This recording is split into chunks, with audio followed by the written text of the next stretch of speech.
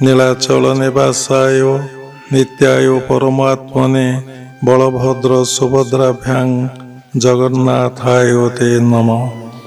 शरणागत दीनार्थ परित्राणपरायणे सर्वसाती हरिदेवी नारायणी नमस्तुते। क्रियायोग परंपरार समस्त गुरुमानक मु प्रणाम करुचे। विश्वर प्रत्येक संप्रदायर गुरुमानक मु प्रणाम करुचे।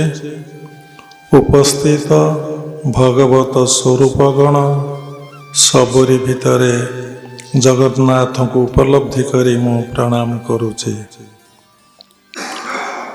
आज 2026 मसीहा जादू 1 तारीख गुरुवार। चाहूँ 2025 मसीहा गोटे वर्ष बा 365 दिन आम जीवन रे आमे अतिबाहित कले। ये जीवनटा कर्ममय। बिना कर्म रे एठी कई बंची पारिबे नहीं कि रही पारिबे नहीं। कर्म समय रे के देहबोधरे कर्म करुछि, के आत्मबोधरे कर्म करुछि।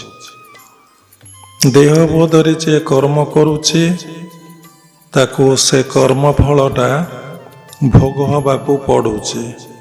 जे आत्मबोधरे कर्म करुछि से समस्त कर्मर फलटा भगवान निकटरे समर्पण हो जाउछि। तेणु बिना कर्म रे जन्म ठारू मृत्यु पर्यंत केही रही पारिबे नहीं। किए जोगयुक्त कर्म करुछि, किए देहबोधरे कर्म करुछि। कर्म द्वारा 3टी फल हमको मिले। कर्म द्वारा धर्म अर्जन हुए, कर्म द्वारा पाप अर्जन हुए, कर्म द्वारा पुण्य मध्य अर्जन हुए। किंतु 2025 मसीहा सिना चलीगला। आमे जो कर्म करिगले, पाप कर्म कि पुण्य कर्म कि धर्म लाभ कले, ता सबू हिसाब निकास परमपिता परम ब्रह्म पाखरे रहीगला। आमको ता भोग करिया को निश्चिंत भावरे पड़िबो। पाप कर्म करिथिले दुख जंत्रणा कष्ट आमे भोग करिबा। पुण्य कर्म करिथिले आमे शांति आनंद भोग करिबा। जदि आमे धर्म काम करिथिबा ताहेले आमको ईश्वर प्राप्ति, ईश्वर उपलब्धि, ईश्वर दर्शन, ईश्वरंकर अनुभव आम भितर हब। तेणु प्रत्येक मुहूर्त रे आमे सचेतन रहिबा। आमे केमिति कर्म करिबा। एमती जीवन रे अनेक नुआ वर्ष काटिलेनी। एठी नुआ बोली किछि नाही, नुआ बोली किछि अछि। सब किछि पुरुणा। काली 31 तारिख रे सूर्य उदय होइतिले, आज 1 तारिख रे मध्य से सूर्य उदय। 31 तारिख रे सूर्य अस्त, 1 तारिख रे मध्य सूर्य अस्त। काली आमे 31 तारिख को विदाय दे आनंद उत्सव रे से 3-4 थर प्रसाद पाइथिले। सेमती 1 तारिख रे बा नववर्ष रे से भली आनंद उत्सव रे आमे 3-4 थर प्रसाद पाउचे। झाड़ा मध्य जाउचे, दांत खसीचे, मुंड सफा करिचे एवं कथावार्ता मध्य हेइचे। किंतु स्थूल रे आपण फील करचंती आज 26 मसीहा जनवरी 1 तारिख गुरुवार। यही गोटे प्रभाव निजर मन उपरे पड़ी। ଏତିକି ମାତ୍ର ପ୍ରଭାବ ପଡ଼ିଛି। ସେଇ ପ୍ରଭାବ ଦ୍ୱାରା ଆମ ମନରେ ଟିକେ ଭାବପ୍ରବଣତା ଭାବ ଆସିଛି, ଇମୋସନାଲ ଭାବ ଟିକେ ଆସିଛି ଏବଂ ଟିକେ ମନରେ ଆଗ୍ରହ ଉତ୍ସାହ ଟିକେ ଉଦ୍ଦୀପନା ଦେଖା ଦେଇଛି ଏ ଭୌତିକ ଜଗତର କର୍ମ ପାଇଁ। କିଛି ସ୍ଥାନ ପରିକ୍ରମା କରି ଦେଖିବା, କେତେ ବନ୍ଧୁ ଘରକୁ ଯିବା, କିଛି ବସି ଭଜନ କୀର୍ତ୍ତନ କରିବା, କିଛି ବସିକି ଭଲ ରୋଷେଇବାସ କରି ଖାଇକି ଜୀବନଟାକୁ ଟିକେ ଭଲ ଭାବରେ ଉପଭୋଗ କରିବା। ପରିବର୍ତ୍ତନ କ'ଣ? କିଛି ପରିବର୍ତ୍ତନ ନାହିଁ। ଯେମିତି 31 ତାରିଖ କଟିଥିଲା, 30 ତାରିଖ କଟିଥିଲା, 1 ତାରିଖ ମଧ୍ୟ ସେମିତି କଟିଯାଏ।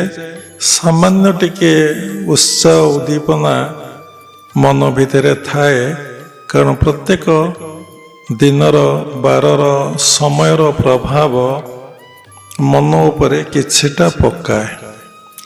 ଏସବୁ ପକାଏ ସାଧାରଣତଃ ଲୋକଙ୍କ ପାଖରେ, ଯେଉଁମାନେ ଜେନେରାଲ ମ୍ୟାନ୍, ତାଙ୍କ ଉପରେ ପ୍ରଭାବ ପଡ଼ିଥାଏ। ଯେଉଁମାନେ ସ୍ପିରିଚୁଆଲ ମ୍ୟାନ୍, ଆଧ୍ୟାତ୍ମିକବାଦ ବ୍ୟକ୍ତି, ଯିଏ ଆତ୍ମଜ୍ଞାନର ଅଧିକାରୀ, ଯିଏ ଆତ୍ମା ସମ୍ବନ୍ଧରେ ଜ୍ଞାନ ଲାଭ କରିଛନ୍ତି, ଯିଏ ଆତ୍ମାକୁ ଉପଲବ୍ଧି ଅନୁଭବ ପ୍ରତ୍ୟେକଟି ମୁହୂର୍ତ୍ତରେ କରୁଛନ୍ତି, ସେମାନଙ୍କ ମନ ଉପରେ କୌଣସି ପ୍ରଭାବ ପଡ଼ିନଥାଏ। ସେମାନଙ୍କ ପାଇଁ ସବୁଦିନ ସମାନ। ଖରା ହେଲେ ସମାନ, ବର୍ଷା ହେଲେ ସମାନ, ଶୀତ ହେଲେ ବି ସମାନ, କୁହୁଡ଼ି ହେଲେ ବି ସମାନ, ପର୍ବପର୍ବାଣି ହେଲେ ବି ସମାନ। ସେମାନଙ୍କୁ କିଛି ଫରକ ପଡ଼ିନଥାଏ। ସେମାନେ ସବୁବେଳେ ଗୋଟିଏ ସ୍ଥିତିରେ, ଗୋଟିଏ ଅବସ୍ଥାରେ, ଗୋଟିଏ ଭାବରେ ଥାଆନ୍ତି, କାରଣ ଏସବୁରୁ ସେ ଅତୀତ ହେଇଯାଇଥାନ୍ତି। ଆଜି ମଣିଷ ଯେଉଁ ଦୁଃଖ, ଯନ୍ତ୍ରଣା, କଷ୍ଟ ଭୋଗୁଛି, ତାର ପଛପଟରେ କାରଣ ହେଉଛି ତାର ଅହଙ୍କାର ଓ ଅଜ୍ଞାନତାରୁ ସେସବୁ ଭୋଗ କରୁଛି। କିନ୍ତୁ 25 ମସିହା ସିନା ଚାଲିଗଲା, ଏମିତି ଅନେକ 24 ମସିହା ଯାଇଛି, 23 ମସିହା ଯାଇଛି। ଜନ୍ମଠାରୁ ଯିଏ ଯେଉଁ ମସିହା ଠାରୁ ଜନ୍ମ ହେଇଛି ସେଇ ପର୍ଯ୍ୟନ୍ତ ତାର କ'ଣ ହେଇଛି, ଯାହା ଯାହା କର୍ମ କରିଛି ତା ଭଗବାନଙ୍କର ପାଖରେ ତାର ହିସାବ ଆଉ ନିକାଶ ରହିଯାଇଛି। ତେଣୁ ଆମେ ଯଦି ସଚେତନ ରହିବା, ମୁଁ ଯାହା କରୁଛି ତାହା ହିଁ ମୋତେ ଭୋଗ କରିବାକୁ ପଡ଼ିବ। ଯଦି ପାପ କର୍ମ କରିଛି ତାହେଲେ ମୋତେ ଦୁଃଖ, ଯନ୍ତ୍ରଣା, କଷ୍ଟ ଭୋଗ କରିବାକୁ ପଡ଼ିବ। ଆଜି ଯଦି ମୁଁ ଦୁଃଖ, ଯନ୍ତ୍ରଣା, କଷ୍ଟ ଭୋଗ କରୁଛି, ସେଥିରୁ ଆପଣ କନଫର୍ମ ହୁଅନ୍ତୁ ଆପଣ ପାପ କର୍ମ ନିଶ୍ଚିନ୍ତ ଭାବରେ କରି କରି ଆସିଛନ୍ତି। କେତେ ଜନ୍ମରେ ଯେ କୋଉ ଜନ୍ମରେ କୋଉ ଯୁଗରେ ଯେ ପାପ କର୍ମ ହେଇଛି ତା ଭୋଗ ହୁଏ, ତା ଶାସ୍ତ୍ର ପଢ଼ିଲେ ଆପଣ ଆଶ୍ଚର୍ଯ୍ୟ ହେବେ। ଯଦି ମହାଭାରତ ପଢ଼ିବେ, ଦେଖିବେ ଗାନ୍ଧାରୀ 100 ପୁଅର ମୃତ୍ୟୁ ଦେଖିଛି। ସେ ଭଗବାନଙ୍କୁ ପଚାରିଛି, ପ୍ରଭୁ ମୁଁ କ'ଣ ପାପ କର୍ମ କଲି ଯେ 100ଟା ପୁଅର ମୃତ୍ୟୁ ଗୋଟେ ଜନନୀ ଦେଖିପାରିବ? କେଡ଼େ ହୃଦୟ ବିଦାରକ ଯନ୍ତ୍ରଣା, କେତେ କଷ୍ଟ। ପ୍ରଭୁ କହିଛନ୍ତି, ମୁଁ କିଛି କରେ ନାହିଁ, ମୁଁ କାହାକୁ ଅଭିଶାପ ଦିଏ ନାହିଁ, କାହାକୁ ଆଶୀର୍ବାଦ କରେ ନାହିଁ। ଯିଏ ଯେମିତି କର୍ମ କରନ୍ତି ସେଇ ଅନୁସାରେ ତାଙ୍କୁ ଫଳ ଭୋଗ କରିବାକୁ ପଡ଼େ। ଏମିତି ଅନେକ କଥା ଭୀଷ୍ମ ମଧ୍ୟ ଭୋଗ କରିଛନ୍ତି, କର୍ଣ୍ଣ ମଧ୍ୟ ଭୋଗ କରିଛନ୍ତି, ଦ୍ରୋଣାଚାର୍ଯ୍ୟ ମଧ୍ୟ ଭୋଗ କରିଛନ୍ତି। ଯିଏ ଧରାପୃଷ୍ଠକୁ ଆସିଛନ୍ତି ସମସ୍ତଙ୍କୁ କର୍ମର ଫଳ ଭୋଗ କରିବାକୁ ପଡ଼ିଛି, କିନ୍ତୁ କାହାକୁ ପଡ଼ିନାହିଁ? ଯିଏ ନିଜକୁ ପୂର୍ଣ୍ଣ ମାତ୍ରାରେ ତାଙ୍କ ନିକଟରେ ସମର୍ପଣ କରିଦେଇଛି, ଆଉ ସବୁ ତୁମେ ସବୁ ତୁମେ ସବୁ ତୁମେ ସବୁ ତୁମେ ଭାବୁଛି, ପ୍ରତ୍ୟେକଟି ମୁହୂର୍ତ୍ତରେ, ପ୍ରତ୍ୟେକଟି ଶ୍ୱାସରେ, ପ୍ରତ୍ୟେକଟି ଚିନ୍ତାରେ ପ୍ରତ୍ୟେକଟି ଭାବନାରେ ସେ ଭାବୁଛି ହେ ଭଗବାନ ସବୁ କିଛି ତୁମେ, ନୋ ଗଡ୍ ନୋ ୱାର୍କ, ସବୁ ତୁମେ ଅଛ ତ ପାପକର୍ମ ହେଉଛି, ପୁଣ୍ୟକର୍ମ ହେଉଛି, ଧର୍ମ କାର୍ଯ୍ୟ ମଧ୍ୟ ହେଉଛି। ପାପକର୍ମ କାହାକୁ କହନ୍ତି? ମନରେ ପ୍ରଶ୍ନ ଉଠୁଥିବ। ଶାସ୍ତ୍ରରେ ଯେଉଁ କର୍ମ କରିବା ପାଇଁ ନିଷେଧ କରାଯାଇଛି, ଶାସ୍ତ୍ର ଗୁରୁ ଆମ ଜୀବନର ପଥ ପ୍ରଦର୍ଶକ ବା ମାର୍ଗଦର୍ଶକ। ଶାସ୍ତ୍ରରୁ ପଢ଼ି ଅନେକ କଥା ମୁଁ ଶିଖିବାକୁ ଜାଣିବାକୁ ପଡ଼ିଥାଏ। ଗୁରୁଙ୍କ ଠାରୁ ଦୀକ୍ଷା ଗ୍ରହଣ କଲା ପରେ ଗୁରୁଦେବ ଯେଉଁ ଉପଦେଶ ଦିଅନ୍ତି ତା ଦ୍ୱାରା ଜୀବନ ନିର୍ବାହ କରିବାକୁ ପଡ଼ିଥାଏ। ତେଣୁ ଶାସ୍ତ୍ର କୃପା, ଗୁରୁ କୃପା, ଦେବ କୃପା ଲାଭ ହେଲେ ବ୍ୟକ୍ତିର ଜୀବନ ପୂର୍ଣ୍ଣାଙ୍ଗ ହୁଏ। ଶାସ୍ତ୍ର କୃପା, ଯାହାକୁ ଶାସ୍ତ୍ର କୃପା ହେବ ସେ ସମସ୍ତ ଗ୍ରନ୍ଥ ତା ଜୀବନରେ ସେ ଲାଭ କରିପାରିବ, ତାକୁ ପ୍ରାପ୍ତି ହେବ। ଆଉ ଶାସ୍ତ୍ରରେ କ'ଣ କ'ଣ ଲେଖା ଅଛି ତାକୁ ସେ ଭଲ ଭାବରେ ପଢ଼ିପାରିବ ଏବଂ ବୁଝିପାରିବ। ସେଇ ହିସାବରେ ସେ କ'ଣ କରିବ ନା ଜୀବନଟାକୁ ନିର୍ବାହ କରିବ। ଯଦି ସେଇ ଅନୁସାରେ ଜୀବନଟାକୁ ନିର୍ବାହ ନ କଲା, ତାର ନିଜର ଅହଙ୍କାରରୁ, ଅଜ୍ଞାନତାରୁ, ଗର୍ବରୁ, ଅଭିମାନରୁ ସେ ତାର ଚିନ୍ତାଧାରାରେ ଜୀବନ ନିର୍ବାହ କରି ଚାଲିଲା, ତାକୁ ସମସ୍ତ ପାପ କର୍ମ ସେ କଲା ଏବଂ ସେଇ ପାପ କର୍ମର ଫଳ ସେ ତାକୁ ନିଶ୍ଚିନ୍ତ ଭାବରେ ଭୋଗ କରିବ। ଏ ଦୁନିଆରେ ଦୁଇଟି କଥା ବଡ଼ ଆଶ୍ଚର୍ଯ୍ୟ କଥା। କ'ଣ ଆଶ୍ଚର୍ଯ୍ୟ କଥା? ମଣିଷ ଜାଣୁଛି ଏଇଟା ପାପ କର୍ମ, ଏଇଟା ପୁଣ୍ୟ କର୍ମ, ଏଇଟା ଧର୍ମ କାମ, କିନ୍ତୁ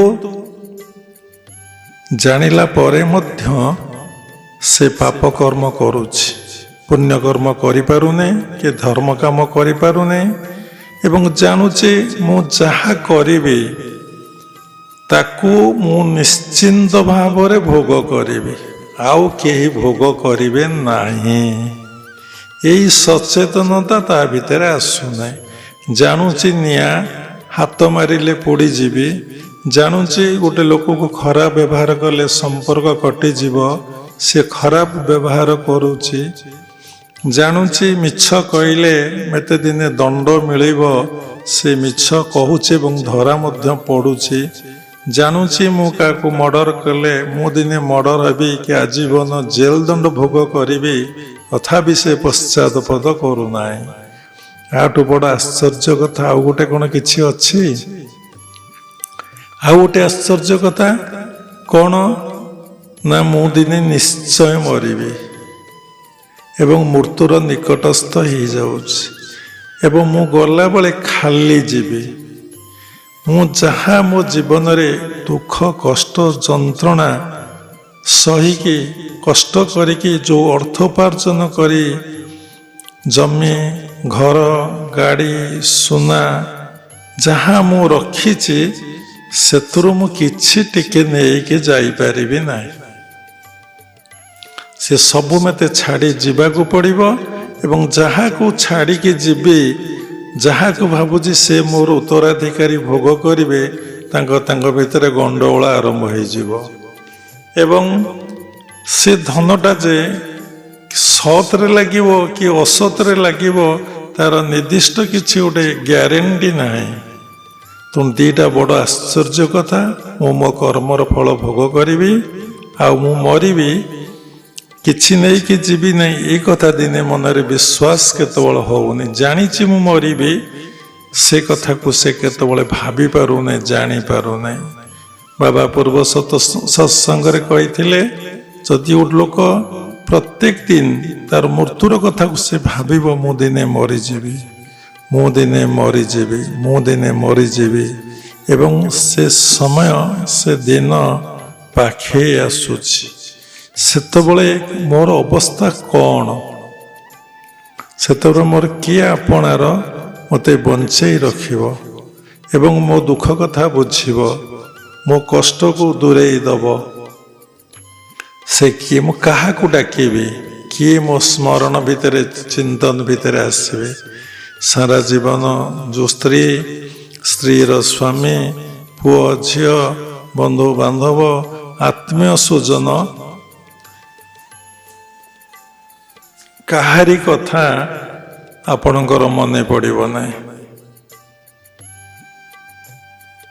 ଭଗବାନଙ୍କର କଥା ମନେ ପଡ଼ିବ ନାହିଁ।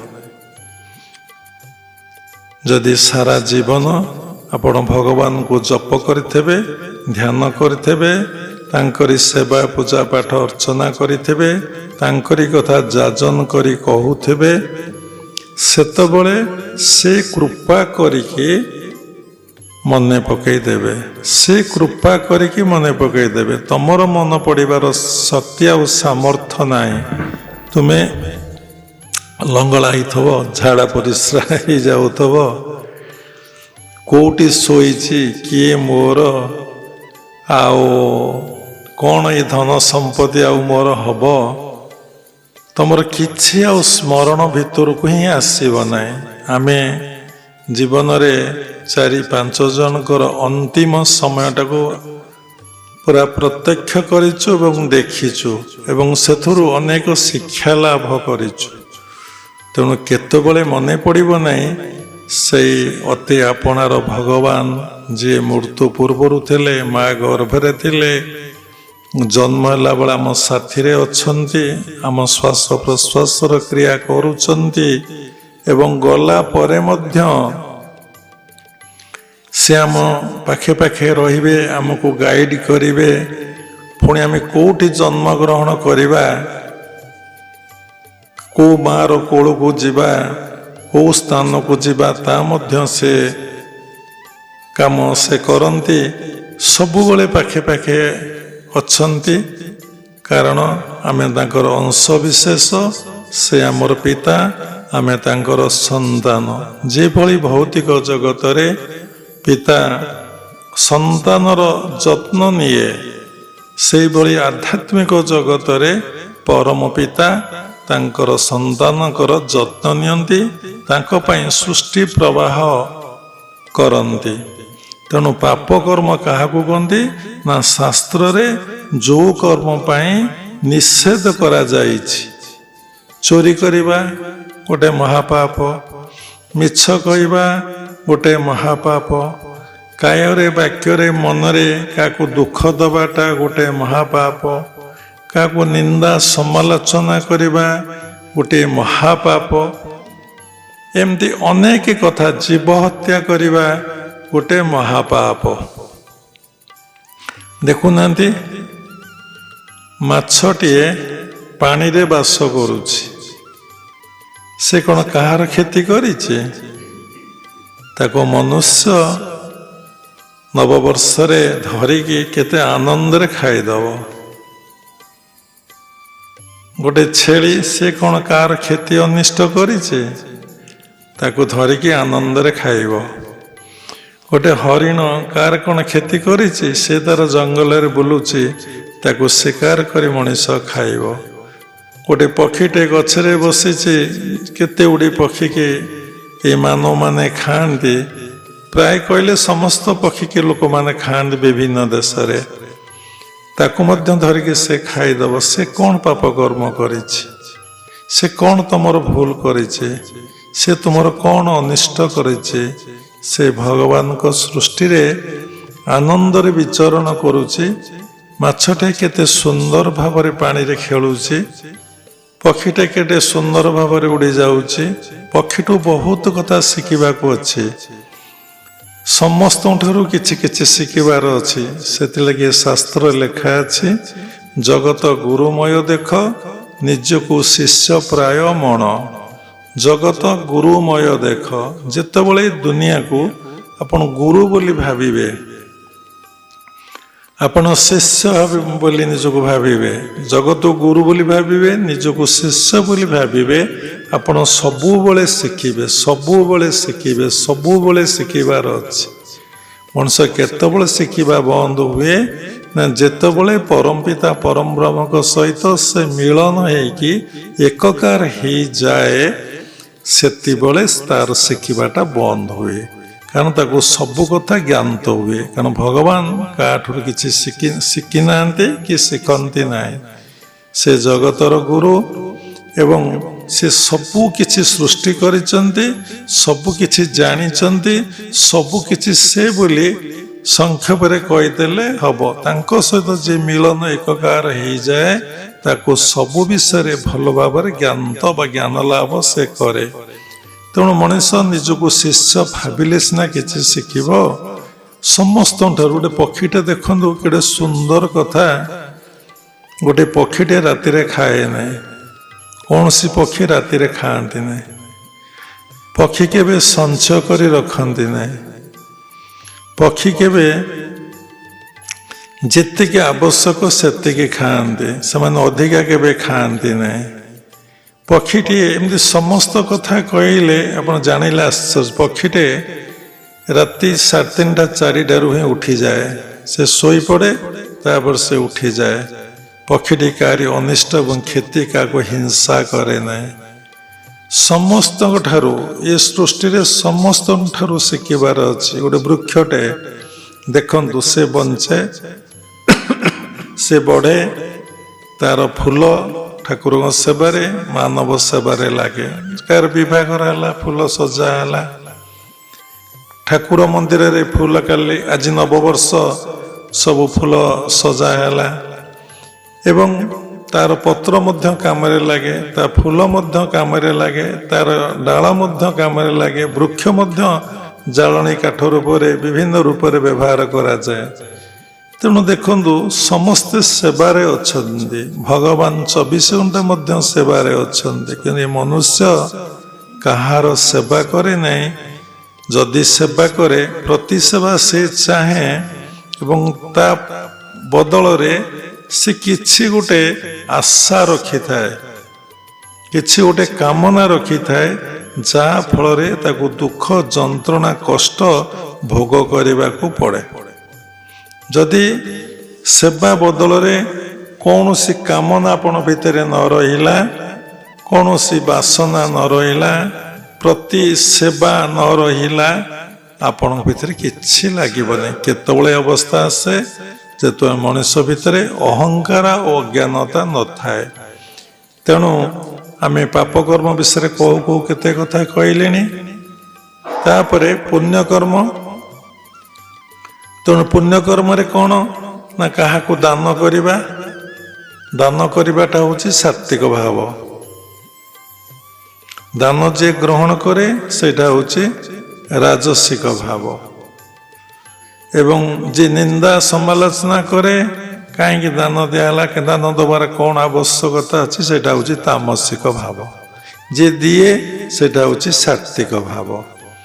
ତେଣୁ ଶାସ୍ତ୍ରରେ ଲେଖା ହେଇଛି ପୁଣ୍ୟକର୍ମ କାହାକୁ କହନ୍ତି ନା ମନ୍ଦିର ଯିବା, ସାଧୁସଙ୍ଗ କରିବା, ଦାନ କରିବା, ସେବା କରିବା, ଲୋକମାନଙ୍କୁ ଖାଇବାକୁ ଦେବା, ଲୋକମାନଙ୍କୁ ଶୀତ ଦିନେ କମଳ ଦେବା, କେଉଁଠି ପାଣିର ଆବଶ୍ୟକତା ଅଛି ପାଣି ଯୋଗାଇ ଦେବା, କେଉଁଠି ରୋଗୀକି ଔଷଧ ଖାଇବାକୁ ଦେବା, କେଉଁଠି ଭଲ ମେଧାବୀ ଛାତ୍ରମାନଙ୍କୁ ପାଠ ପଢ଼େଇବା, ଏଇସବୁ କାମ ଯେଉଁମାନେ ସଂସାରରେ କରନ୍ତି ସେମାନେ ପୁଣ୍ୟ ଅର୍ଜନ କରନ୍ତି। କିନ୍ତୁ ଶାସ୍ତ୍ରରେ ଲେଖା ଅଛି ପାପଠାରୁ ପୁଣ୍ୟଟା ବହୁତ ବଡ଼ ଭୟଙ୍କର। କେମିତି? ମନରେ ପ୍ରଶ୍ନ ଉଠୁଥିବ, ପାପଟା କାହିଁ ଭୟଙ୍କର ନ ହେବ, ପୁଣ୍ୟଟା କାହିଁ ଭୟଙ୍କର ହେବ? ନା ପାପ କର୍ମ କ'ଣ ହୁଏ ନା ଭୋଗ ଦ୍ୱାରା କ୍ଷୟ ହେଇଯାଏ। ଭୋଗ ଦ୍ୱାରା କ୍ଷୟ ହେଇଯାଏ ଏବଂ ସରିଯାଏ। ପୁଣ୍ୟକର୍ମ ଦ୍ୱାରା ମଣିଷର ଭଲ କୂଳରେ ଜନ୍ମ ହୁଏ, ଧନୀ କୂଳରେ, ରାଜ କୂଳରେ ବଡ଼ ବିଦ୍ୱାନ ହେଇକି ଜନ୍ମ ହୁଏ। ତା ଦ୍ୱାରା ଗର୍ବ, ଅହଙ୍କାର, ଅସ୍ମିତା, ରାଗ, ଦେଶ ତାର ବେଶୀ ବଢ଼ିଯାଏ। ଯଦି ସେ ଜାଣି ନପାରେ ମୁଁ ପାଠ ପଢ଼ିଛି, ଭଲ ସ୍କଲାର ପିଲା, କଲେକ୍ଟର ହେଇଛି କିମ୍ବା ବଡ଼ ପୋଷ୍ଟ ମୁଁ ପାଇଛି, ଓଏସ୍ ହେଇଛି କି ଆଇଏସ୍ ହେଇଛି, ବଡ଼ ବଡ଼ ପୋଷ୍ଟ ପାଇଛି, କେତେ କରପସନ୍ ମୁଁ କରି ଚାଲିଛି। प्रत्येक दिन देखुते आईएएस घरे ओएस घरे चढ़ाऊ हो हजार हजार मान कोटी कोटी टंका से घर खाली बाहर द्वारा केते बड़ पापकर्म से माने न करुचंती केते बड़ पापकर्म न करुचंती माने पुण्य द्वारा केमती पाप सृष्टि होउछि पाप द्वारा कौन होउछि ना पाप क्षय हो जाउछि पाप कर्म करिछि रोगग्रस्त होइछि रोग भल हेले पापटा तार क्षय सरीगला पाप कर्म करिछि अंध होइछि अंध जीवन सरीगले ता पाप भोग सरीगला पाप कर्म करिछि मूर्ख होइछि आ कोन करि परिबो किछि सेही मूर्ख मेरे तार रहि जिवो किंतु पुण्य कर्म जे करिथिबो से बेसी दुख जंत्रणा कष्ट भोगिबो तार जदि कॉन्शियसनेस न आस्तो मु आज एते बड़ पोस्ट पाइछि मु प्राइम मिनिस्टर हेइछि कि प्रेसिडेंट हेइछि कि गवर्नर हेइछि कि सीएम हेइछि कि गोटे मिनिस्टर हेइछि काहे कि हेइछि साधारण लोकटे हेइनि मु काहे कि हेइ परिछि तार जदि चेतना आसला गुरु ग्रहण करिके ताहले से कर्म को से सुचारू रूप रे कला एवं से कर्म को ईश्वरीय बोधरे कला सबु किछि भगवतमय बोली भाबी कला ताहले ताको दुख जंत्रणा कष्ट भोग करिया पड़िबनी आउ पाप हबनी प्राय समस्ते सचेतन न थांती अवेयरनेस भितरे न थांती जिते जिते बड़ पोस्ट जे पाए जिते जिते बड़ पद पदवी रे व्यक्ति रहे तार सेते अहंकार गर्व बढ़ी जाई थाए गोटे साधारण लोकर जेतिकी गर्व अहंकार गोटे धनी लोकर ताठू देखिबे 100 गुण गर्व अहंकार अधिका गोटे मूर्ख लोकर जेतिकी गर्व अहंकार न थाए जने विद्वान लोकर सेतिकी गर्व अहंकार थाए समीक्षा कर जेतेबेले आपण देखिबे भाबिबे रे बाप रे बाप एको केमिति क्रॉस करा जीवो तेणु पाप ठारू पुण्यटा आउरी भयंकर तेणु आम पाप करवा नहीं कि पुण्य काम भी करवा नहीं पाप कले दुख जंत्रणा कष्ट पुण्य कले सुख मिल सुख आसु आसु आसु आसु ता भितर कौन हम दुख जंत्रणा कष्ट ता भितर वेलकम हो स्वागत हो तेणु से लगी गुरुदेव कहते तुम्हें पाप कर्म कर नहीं तुम्हें पुण्य कर्म कर नहीं क्रिया युग परंपरा रे गोटे बढ़िया कथा शिक्षा दि जाए तुम्हें सबु बले आत्मबोध रही समस्त कर्म कर बोध जिते काम जहाँ को जो काम दि जाए क्या घास कटा दि जाए क्या रोषे करने को दि जाए क्या पाठ पढ़िया पढ़ाइया दिखाई किए डाक्तर किए इंजीनियर हो संसार तो अनेक वृत्ति जी जो काम पूर्वजन्म संस्कार प्राप्ति से भाविब ये कर्मटा ही भगवत कर्म यही कर्मटा को मु भगवत बोधरे करी अर्थात आत्मबोधरे करी सबु ही आत्मा करुचंती कराउचंती बोली मु भाविबी एटा होची धर्म लाभ हैला जे सारा विश्व को धारण कर रखिछि तुमको धारण कर रखिछि ताको तुम उपलब्धि कल अनुभव कल से सब काम करुछि कराउछि एटा होछि गोटे बड़ कथा नववर्ष 2026 मसीह आम संकल्पबद्ध हवा आम आउ पाप कर्म जहा जीवन रे करि जाइछे आउ करिबा नहीं केते पुण्य काम करि जाइछे ताकू मध्य आम आउ करिबा नहीं ये 26 मसीहा गुरुवार ब्राह्म मुहूर्त आमर सूर्य उदय हेले गोटे दिन हिसाब हुए अलग मानकर मत अच्छी राति 12टा पर आ गोटे दिन हिसाब करा जाए आम प्रोमिज करिबा संकल्प करिबा प्रतिज्ञा करिबा आम आत्मबोधरे जेते दिन धरापृष्ठ रहिबा आम जीवनटा को निर्वाह करिबा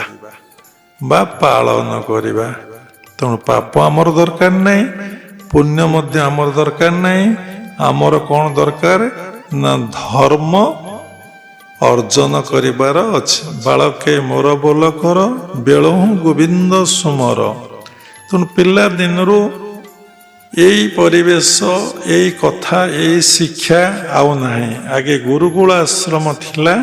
ସେ ଗୁରୁକୁଳ ଆଶ୍ରମରେ ସମସ୍ତଙ୍କୁ ପିଲା ଦିନରୁ ଆତ୍ମଜ୍ଞାନ ପ୍ରଦାନ କରାଯାଉଥିଲା। ତୁମେ ନିଜ ଭିତରେ ଭଗବାନଙ୍କର ସତ୍ତାକୁ ଅନୁଭବ କର। ତୁମେ ଭଗବାନଙ୍କର ଅଂଶବିଶେଷ। ଏ ସୃଷ୍ଟିଟା ହେଉଛି ଭଗବାନଙ୍କର।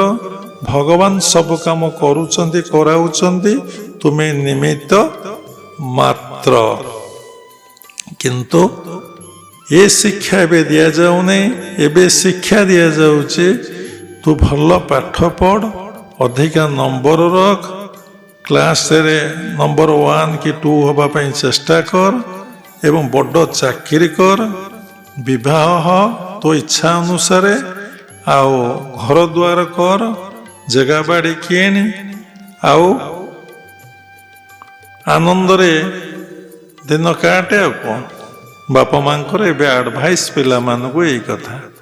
ତା ବଦଳରେ ସେମାନେ ଯାହା ପାଉଛନ୍ତି, ସମସ୍ତଙ୍କର କିଛି ନା କିଛି ଅନୁଭବ ଅଛି। କେବଳ ଦେଖନ୍ତୁ, ଆପଣଙ୍କର ବାପା, ଆପଣଙ୍କର ବାପାଙ୍କର ବାପା, ବାପାଙ୍କର ବାପା ଯେତିକି ଶାନ୍ତି ପାଉଥିଲେ, ଯେତିକି ଆନନ୍ଦ ପାଉଥିଲେ, ଯେତିକି ଜୀବନଟାକୁ ଭଲରେ କାଟି ଦେଇଥିଲେ, ଆପଣ ତା ତୁଳନାରେ ବହୁତ ତଳକୁ ଖସି ପଡ଼ିଛନ୍ତି। ଆପଣ ଅଧିକା ପାଠ ପଢ଼ିଛନ୍ତି, ଅଧିକା ଭାଷା ଶିଖିଛନ୍ତି, ଅଧିକା ବୁଦ୍ଧି ବି ଆପଣଙ୍କର ଅଛି। ବୁଦ୍ଧି ଅଛି ବୋଲି କହିବାଟା ଭୁଲ ହେବ, କାରଣ ସେମାନେ ଯେଉଁ ବୁଦ୍ଧି ଆପ୍ଲାଏ କରି କାମ କରିଥିଲେ, ସେ କଥାକୁ ବର୍ତ୍ତମାନ ବିଜ୍ଞାନ ଟଚ୍ କରିପାରୁନାହିଁ କି ଜାଣିପାରୁନାହିଁ। ଶ୍ରୀମନ୍ଦିର ଅଁଳା ବେଡ଼ାରୁ ଗୋଟେ ପଥର ଖସି ପଡ଼ିଲା। ସେଇ ପଥରକୁ 2 ଭାଗ କରିକି କୌଣସି ଲୋକ ସେଠି ଉଠେଇକି ଲଗେଇ ପାରିଲେ ନାହିଁ। ଏମିତି ଅନେକ କଥା ଅଛି। କୋଣାର୍କର ନବଗ୍ରହ ଯେଉଁ ଭାଙ୍ଗି ପଡ଼ିଲା, ତାକୁ କ୍ରେନ୍ କୌଣସି ପ୍ରକାର ଯେତେ ମେସିନ୍ ଆସିଲା, ତାକୁ ତଳୁ ଟିକେ ଉଠେଇ ପାରିଲା ନାହିଁ। ସେମାନେ କେତେ ବଳଶାଳୀ ଥିଲେ, କେଉଁ ଟେକ୍ନିକ୍, କେଉଁ ବୁଦ୍ଧିରେ, ଏବଂ ସେ କ'ଣ କରୁଥିଲେ ନା ପଥରଟାକୁ ସେଠି ଉଠେଇ ନେଇଥିଲେ। ସମସ୍ତେ କହିବେ ବାଲି ପୋତିକି ପଥରଟା ନେଇଗଲେ, ସେମାନେ କାଟଣ ଦେଖୁଥିଲେ କେମିତି, ଏବଂ ସେମାନେ ମ୍ୟାଚ୍ କରି କରି କରିକି ଆସୁଥିଲା କେମିତି। ଏତେ ସୁନ୍ଦର ପଥର, ଏତେ ଶକ୍ତିଶାଳୀ ପଥର, ସେମାନେ କେତେ ସୂକ୍ଷ୍ମ କାରୁକାର୍ଯ୍ୟ କରିଛନ୍ତି, ଏବଂ ଗୋଟିଏ ପଥର ଟିକେ କେଉଁଠି ଖଣ୍ଡିଆ ଖାବରା ହେଇଯାଇନାହିଁ। ଏବଂ ସେ ସାମାନ୍ୟ ଟିକେ ଖଣ୍ଡିଆ ହେଲେ ତାକୁ କୌଣସି ପ୍ରକାର ରିପାରିଂ କରିହେବ ନାହିଁ। ଯଦି କରିହେବ, 1000 ବର୍ଷ ହେଲା ସେଟା ଛାଡ଼ିଯିବ। ମାନେ କେତେ ବୁଦ୍ଧି ଥିଲା, କେଉଁ ଟେକ୍ନିକ୍ ତାଙ୍କୁ ଶୈଳୀ ଜଣାଥିଲା ଯେ ସେ ପଥରଟାରେ ଏତେ ସୂକ୍ଷ୍ମ କାରୁକାର୍ଯ୍ୟ କରିଦେଇ ପାରୁଥିଲେ। ତାର ସବୁ ମନ୍ତ୍ର ବିଜ୍ଞାନ, ଯନ୍ତ୍ର ବିଜ୍ଞାନ, ତନ୍ତ୍ର ବିଜ୍ଞାନ। ଏବେ ମନ୍ତ୍ର ନାହିଁ, ଯନ୍ତ୍ର ନାହିଁ, ତନ୍ତ୍ର ନାହିଁ, ଆଉ ଗୋଟେ ବିଜ୍ଞାନ ବାହାରିଛି। ସେମାନେ ମନ୍ତ୍ର ବିଜ୍ଞାନ ଦ୍ୱାରା ଏମିତି ପଥରକୁ ହାତ ମାରି ଦେଉଥିଲେ ସ୍ପର୍ଶ କରି, ପଥରଟି କ'ଣ ହେଉଥିଲା, ସମ୍ପୂର୍ଣ୍ଣ ଭାବରେ କୋମଳ ହେଇଯାଉଥିଲା। ଗୋଟେ ପତର ଯେମିତି କୋମଳ ସେମିତି ହେଇଥିଲା। ସେମାନେ ସୁନ୍ଦର ଭାବରେ ବସିକି ଆଙ୍କି ଦେଉଥିଲେ। କିଛି ସମୟ ପରେ କ'ଣ ହେଉଥିଲା ନା ପଥରଟି ତାର ପୂର୍ବ ସ୍ଥିତିକି ହାର୍ଡ ହେଇଯାଉଥିଲା। ଆମେ ଏକଥା ଭଲ ଭାବରେ ଶିଳ୍ପୀଙ୍କ ଠାରୁ ଶୁଣିଛୁ ଏବଂ ଜାଣିଛୁ। ତେଣୁ ବର୍ତ୍ତମାନ ଲୋକ ସେତିକି ଶାନ୍ତି, ସେତିକି ଆନନ୍ଦ ପାଉନାହିଁ। ତା ମୂଳରେ ଗୋଟିଏ କଥା, ଗୋଟିଏ କାରଣ, ସେ ତାର ସଂସ୍କୃତିକୁ, ସେ ତାର ପରମ୍ପରାକୁ ଏବଂ ଧର୍ମକୁ ବା ଈଶ୍ୱରଙ୍କୁ ସମ୍ପୂର୍ଣ୍ଣ ଭାବରେ ସେ ଭୁଲି ଯାଉଛି ଏବଂ ଦୂରେଇ ଦୂରେଇ ଯାଉଛି। ସେ ଭାବୁଛି ମୁଁ ଏ ସୃଷ୍ଟିର କର୍ତ୍ତା, ମୁଁ ଯାହା କଲି ତାହା ହେଲା, ମୁଁ ନ କଲେ ଏସବୁ କିଛି ହେଇପାରିବ ନାହିଁ। ମୋ ପଛପଟରେ ଯେ ଭଗବାନ ଅଛନ୍ତି, ଅଦୃଶ୍ୟ ଶକ୍ତି ରହିଛି, ଅନସେନ୍ ଅଛି, ଯାହାକୁ ଭଗବାନ କୁହାଯାଉଛି କି ଈଶ୍ୱର କୁହାଯାଉଛି କି ଗଡ୍ କୁହାହେଉଛି, ସେ ଯେ ସବୁ କରୁଛନ୍ତି, କରାଉଛି, ତାଙ୍କ ଦ୍ୱାରା ଏ ସୃଷ୍ଟି ମୁଁ ଏଠି ଅଢ଼େଇ ଦିନିଆ ମାନବ, ମୁଁ ଏଠାରେ ଗେଷ୍ଟ, ମୁଁ ଏଠାରେ ବୁଲିବାକୁ ଆସିଛି। ବୁଲିବାକୁ ଆସିକି ମୁଁ କହିଲିଣି ଯେ ଏ ସବୁକିଛି ମୋର, ସବୁକିଛି ମୁଁ କରିଛି, ସବୁକିଛି ମୋର। ମୋର ଭିତରେ ପାର୍ଥକ୍ୟ ଅଛି। ମୋର ପୁଅ, ମୋର ସ୍ତ୍ରୀ, ମୋର ଘର, ମୋର ବାପା, ମୋର ଝିଅ, ମୋର ବନ୍ଧୁବାନ୍ଧବ, ମୋର ଭଣଜା ଭାଣଜୀ, ଯେତିକ ରିଲେସନ୍ ଅଛନ୍ତି ସେଠି ମୋର ଲାଗୁଛି। ବ୍ୟକ୍ତି ମୁଁ ଲଗାଉଛି। ଦେଖିଲେ କେହି କାହାରି ନୁହନ୍ତି ଏବଂ କେହି କାହାକୁ ଚିହ୍ନି ନାହାନ୍ତି, କେହି କାହାକୁ ଜାଣିନାହାନ୍ତି। ସମସ୍ତେ ସମସ୍ତଙ୍କୁ ଭିନ୍ନ ଭିନ୍ନ ଭାବୁଛନ୍ତି। ସ୍ଥୂଳରେ, ସୂକ୍ଷ୍ମରେ ଦେଖିଲେ ଈଶ୍ୱର ଏକ ନା ଦୁଇ? ଈଶ୍ୱର ଯଦି ଏକ, ତାହେଲେ ସମସ୍ତେ କେମିତି ଦୁଇ ହେଲେ? ଯେ ବ୍ରେଥ୍, ଶ୍ୱାସ ଗୋଟାଏ ନା ଦିଟା? ଶ୍ୱାସ ସେଇ ଗୋଟିଏ, ତାହେଲେ କେମିତି ଦୁଇ ହେଲା? ପ୍ରାୟ ଯେତେ ପ୍ରାଣୀ ଅଛନ୍ତି କାଟିଦିଅ, ସମସ୍ତଙ୍କ ବ୍ଲଡଟା ରକ୍ତ ମାନେ ଲାଲ ଆସିବ। କ୍ୱଚିତ କାହାର ଅଛନ୍ତି ଝିଣ୍ଟିକାଟେ କି ଅନ୍ୟଟେ ମାରିଦେଲେ ଧଳା ଟିକେ ଆସିବ, କ୍ୱଚିତ। 95 କି 99 ମୋର ରିସର୍ଚ୍ଚ ନାହିଁ, ପ୍ରାୟ ସମସ୍ତଙ୍କର ବ୍ଲଡଟା ରେଡ୍, ନାଲି ଆସିବ। ତେଣୁ ଯଦି ସବୁ ଗୋଟିଏ, ସବୁରି ଭିତରେ ଈଶ୍ୱର ବିଦ୍ୟମାନ, ସବୁରି ଭିତରେ ଗୋଟିଏ ବ୍ରେଥ୍, ତାହେଲେ ଆମେ ଭିନ୍ନ ଭିନ୍ନ କେମିତି ହେଲେ? ଯୋଉ ଭିନ୍ନ ଭିନ୍ନ ଆମର ବୋଧ ହେଉଛି ତାହା ହିଁ ଆମର ଅଜ୍ଞାନତା, ତାହା ହିଁ ଆମର ଅହଙ୍କାର। ସେଥିପାଇଁ ଆମର ଦୀକ୍ଷା ଗ୍ରହଣ ନବବର୍ଷରେ ଆମେ ପ୍ରତିଜ୍ଞାବଦ୍ଧ ହେବା, ସଂକଳ୍ପବଦ୍ଧ ହେବା, ଜୀବନକୁ ନୂଆ କରି ଗଢ଼ି ତୋଳିବା। ନୂଆ ନୂଆ ଅନୁଭୂତି ଅନୁଭବ ଆମର କେମିତି ଆସୁ ଏବଂ ଜୀବନଟାକୁ ସମ୍ପୂର୍ଣ୍ଣ ଭାବରେ ଆମେ କେମିତି ପରିବର୍ତ୍ତନ କରିଦେବା ଆମୂଳ ଚୂଳ। ପ୍ରତ୍ୟେକ କ୍ଷେତ୍ରରେ, ବସିବାରେ, ଶୋଇବାରେ, ଉଠିବାରେ, ଖାଇବାରେ, ଚାଲିବାରେ, କଥା କହିବାରେ, ପ୍ରତ୍ୟେକଟି କ୍ଷେତ୍ରରେ ଆମର ଆଧ୍ୟାତ୍ମିକ ଭାବଟା ଫୁଟି ଉଠୁ। ନହେଲେ ଯାହା ଖାଉଥିଲେ ତାହା ଖାଇଲେ, ଯେମିତି କଥା କହୁଥିଲେ ସେମିତି କଥା କହିଲେ, ଯେମିତି ବିଶ୍ରାମ ନେଉଥିଲେ ସେଇଭଳି ବିଶ୍ରାମ ନେଲେ, ଯେଭଳି ଜୀବନ ନିର୍ବାହ କରୁଥିଲେ ସେଇଭଳି ଆମେ ଜୀବନ ନିର୍ବାହ କଲେ, ତାହେଲେ ଆମ ପାଇଁ ନବବର୍ଷ କ'ଣ? କାଲି ତ ଯା, ଆଜି ତ ସେଇଆ। ଆମର ସ୍ୱଭାବର କୌଣସି ପରିବର୍ତ୍ତନ ନାହିଁ, ଆମ ଆଚରଣର କୌଣସି ପରିବର୍ତ୍ତନ ନାହିଁ, ଖାଦ୍ୟ ପାନୀୟର ବି କିଛି ପରିବର୍ତ୍ତନ ନାହିଁ। କେତେବେଳେ ଭେଜ୍ ଖାଉଛେ, କେତେବେଳେ ନନ୍ ଭେଜ୍ ଖାଉଛେ ଏବଂ କେତେବେଳେ ଯେଉଁମାନେ ପୁରା ଭେଜିଟେରିଆନ୍, ସେ ଭେଜ୍ଟାକୁ ଏମିତି କରି ଖାଉଛନ୍ତି ଯେ ସେଟା ନନ୍ ଭେଜ୍ ଭଳିଆ ଲାଗୁଛି। ତାହେଲେ ଲାଭ କ'ଣ ଅଛି? ତାହେଲେ ପରିବର୍ତ୍ତନ କ'ଣ? ନବବର୍ଷ ଅର୍ଥ କ'ଣ? ତେଣୁ ସବୁବେଳେ ଜୀବନଟାକୁ ସମୀକ୍ଷା କରି ଦେଖନ୍ତୁ, ଜୀବନଟାକୁ ଆନାଲିସ୍ କରି ଦେଖନ୍ତୁ। ଅନେକ ଜନ୍ମ ତପ ଫଳେ ମନୁଷ୍ୟ ଜନ୍ମ ମହି ତଳେ। ଅନେକ ଜନ୍ମ ତପସ୍ୟା କରିସାରିଲା ପରେ ଗୋଟିଏ ପ୍ରାଣୀ ମନୁଷ୍ୟ ହୁଏ, ବା 84 ଲକ୍ଷ ଯୋନି ଭ୍ରମଣ ପରେ ଗୋଟେ ଜୀବ ମନୁଷ୍ୟ ଶରୀର ପ୍ରାପ୍ତି ହୁଏ। ମନୁଷ୍ୟ ଶରୀର କେବଳ ପ୍ରାପ୍ତି ହୁଏ ଭଗବତ ଦର୍ଶନ ଉପଲବ୍ଧି ପାଇଁ, ଉପଭୋଗ ପାଇଁ ନୁହେଁ। ତେଣୁ ସେଥିଲାଗି ଭାଗବତ ଲେଖା ଅଛି, ମନୁଷ୍ୟ ଜନ୍ମର ଲାଭ ଯେବେ ଗୋବିନ୍ଦେ କରେ ଭାବ। ସେ ଗୋବିନ୍ଦଙ୍କ ସହିତ ଭାବ କରିବ, ସେ ଗୋବିନ୍ଦକୁ ଚିନ୍ତନ କରିବ, ଗୋବିନ୍ଦକୁ ସ୍ମରଣ କରିବ, ଗୋବିନ୍ଦକୁ ଉପଲବ୍ଧି ଅନୁଭବ କରିବ। ସେ କ'ଣ କରୁଛି ନା ଗୋବିନ୍ଦଙ୍କ ସହିତ ଭାବ ନ କରି ସମସ୍ତଙ୍କ ସହିତ ସେ କ'ଣ କରୁଛି ନା ଭାବଟା କରୁଛି। ଯେଉଁ ଭାବ ହେଉଛି କଳି ଯୁଗରେ, ବ୍ୟାସଦେବ ଲେଖିଛନ୍ତି, ସେ ଭାବଟା କେବଳ ସ୍ୱାର୍ଥ ନେଇ ହେଉଛି, ଭାବ ନେଇ ଭାବ ହେଉନାହିଁ। କେଡ଼େ ବଡ଼ ସୁନ୍ଦର କଥା! ମନୁଷ୍ୟ ଜନ୍ମର ଲାଭ ଯେବେ ଗୋବିନ୍ଦେ କରେ ଭାବ। ସେ ଜନ୍ମ ହେଇଛି ସବୁରି ଭିତରେ ଗୋବିନ୍ଦକୁ ଅନୁଭବ କରିକି ଭାବ କରିବ, ଗୋବିନ୍ଦଙ୍କ ସହିତ ସେ ଭାବଟା ରଖିବ। କିନ୍ତୁ ସେ କ'ଣ କରୁଛି କଳି ଯୁଗରେ? ବ୍ୟାସଦେବ ଲେଖିଲେ, ସେ ମାନେ ସ୍ୱାର୍ଥ ନେଇକି ଭାବ କରୁଛି। ସ୍ୱାର୍ଥ ନେଇକି ସେ ଭାବ କରୁଛି। ତେଣୁ ଯୋଉଠି ସ୍ୱାର୍ଥ ନେଇ ଭାବ କରୁଛି, ଯେତେବେଳେ ତା ସ୍ୱାର୍ଥଟା ପୂରଣ ନହବ ତା ଭାବର ଅଭାବ ହେଇଯିବ। ଆଉ କ'ଣ, ସେଇଠି କଳି ବା ଗଣ୍ଡଗୋଳ ପ୍ରବେଶ କରିବ। ଯଦି ସେ ଗୋବିନ୍ଦକୁ ଭାବିକି ଭାବ କରୁଥିବ, ତା ଭିତରେ କଳି କେତେବେଳେ ପ୍ରବେଶ କରିବନି, ଦ୍ୱାପର ପ୍ରବେଶ କରିବନି, ତ୍ରେତୟା ପ୍ରବେଶ କରିବନି। କେବଳ ତା ପାଖରେ ସବୁବେଳେ ସତ୍ୟଟା ହିଁ ଥିବ, ସତ୍ୟ ଯୁଗରେ ସେ ରହିବ। ତେଣୁ ଯୋଉଠି ଦେଖନ୍ତୁ, ବର୍ତ୍ତମାନ ନିଜେ ସମୀକ୍ଷା କରନ୍ତୁ, କେହି କାହାକୁ ଭଲ ପାଇ ଶିଖିନାହାନ୍ତି। କାରଣ ସେ ନିଜକୁ ଭଲ ପାଇ ଶିଖିନାହିଁ। ଯେ ନିଜକୁ ଭଲ ପାଇ ଶିଖିନାହିଁ, ସେ ଅନ୍ୟକୁ କ'ଣ ଭଲ ପାଇ ବସିବ।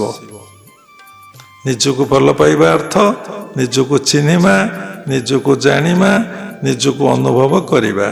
ମୁଁ ସେଇ ଭଗବାନଙ୍କର ଅଂଶବିଶେଷ, ପରମାତ୍ମାଙ୍କର ଅଂଶବିଶେଷ, ମୁଁ ଆଉ କେହି ନୁହେଁ, ଏ ବୋଧ ଜମା ହବ ନାହିଁ।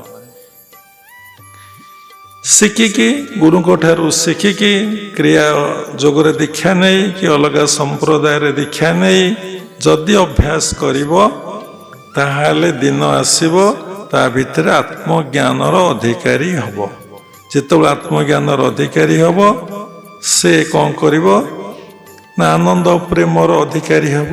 ଭାଗବତରେ ଗୋଟେ ପଦ ଅଛି, ଯେବେ ମନୁଷ୍ୟ ଦେହ ପାଇ ଆତ୍ମାର ଗତି ନ ଜାଣଇ, ବିଷୟ ସଙ୍ଗେ ଯାର ଆସ, ସେ ଦେହ ପ୍ରୟୋଜନ କିସ। ଯେବେ ମନୁଷ୍ୟ ଦେହ ପାଇ ଆତ୍ମାର ଗତି ନ ଜାଣଇ, ତା ଭିତରେ ଆତ୍ମା ଅଛି, ସେ ତାକୁ ଜାଣିପାରୁନାହିଁ। କୋଉଠି ଅଛି ଜାଣିପାରୁନାହିଁ, ଏବଂ ତା ପାଖରେ ମନକୁ ରଖିପାରୁନାହିଁ। ଏ ମନ ସର୍ବଦା ଚଳ ଚଞ୍ଚଳ, ଏ ମନ ସର୍ବଦା ବହିର୍ମୁଖୀ। ଏ ମନରେ ଶାନ୍ତି ନାହିଁ, କି ଆନନ୍ଦ ନାହିଁ, କି ଭକ୍ତି ନାହିଁ, କି ପ୍ରେମ ବି ନାହିଁ। ଏ ମନ କେବଳ ସ୍ୱାର୍ଥକୁ ନେଇ ବେପାର କରି ବଞ୍ଚିଛି। ତେଣୁ ଏ ମନ ପ୍ରସନ୍ନ ହେଲେ ଦିଅଇ ଅଭୟ ବର, ଏଇ ମନ ପ୍ରସନ୍ନ ନହେଲେ ହୋଇ ଛାର ଖାର। କ'ଣ ମନ ପ୍ରସନ୍ନ ହବ ନା, ମନ ଯଦି ଈଶ୍ୱରାଭିମୁଖୀ ହବ, ନିଜ ଭିତରେ ଯେଉଁ ଭଗବାନ ଅଛନ୍ତି ତାଙ୍କ ପାଖରେ ମନକୁ ରଖିବ, ତାଙ୍କୁ ଜପ କରିବ, ତାଙ୍କୁ ଧ୍ୟାନ କରିବ, ଏବଂ ସେ ଯାହା କହିଛନ୍ତି ଗୀତା ଭାଗବତରେ ବା ଗୁରୁଙ୍କ ଦ୍ୱାରା, ତାକୁ ଯଦି ସେ ମାନିକି ଜୀବନ ନିର୍ବାହ କରିବ, ତା ମନ କ'ଣ କରିବ ନା ତାକୁ ଅଭୟ ବର ଦେଲା। ଏବଂ ସେତେବେଳେ ସେ ନିଜର କ'ଣ ହେଲା ନା ଭଲ ପାଇଁ ନିଜକୁ ବସିଲା। ନିଜର ଯେ ହିତ କାମନା କରେ, ନିଜର ମଙ୍ଗଳ କାମନା କରେ, ସେ ନିଜକୁ ଭଲ ପାଏ। ଆମେ କ'ଣ ନିଜକୁ ଭଲ ପାଇଛେ? ଆମେ କହୁଛେ ହଁ ମୁଁ ଭଲ ପାଇଛି, ମୋ ଦେହର ଯତ୍ନ ନେଇଛି, ଠିକ ଅଛି।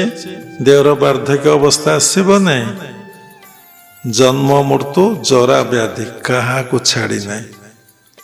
ପୁଣି ଛାଡ଼ିଛି, ମର୍ତ୍ତ୍ୟମଣ୍ଡଳେ ଦେହ ବହି ଦେବତା ହୋଇଲେ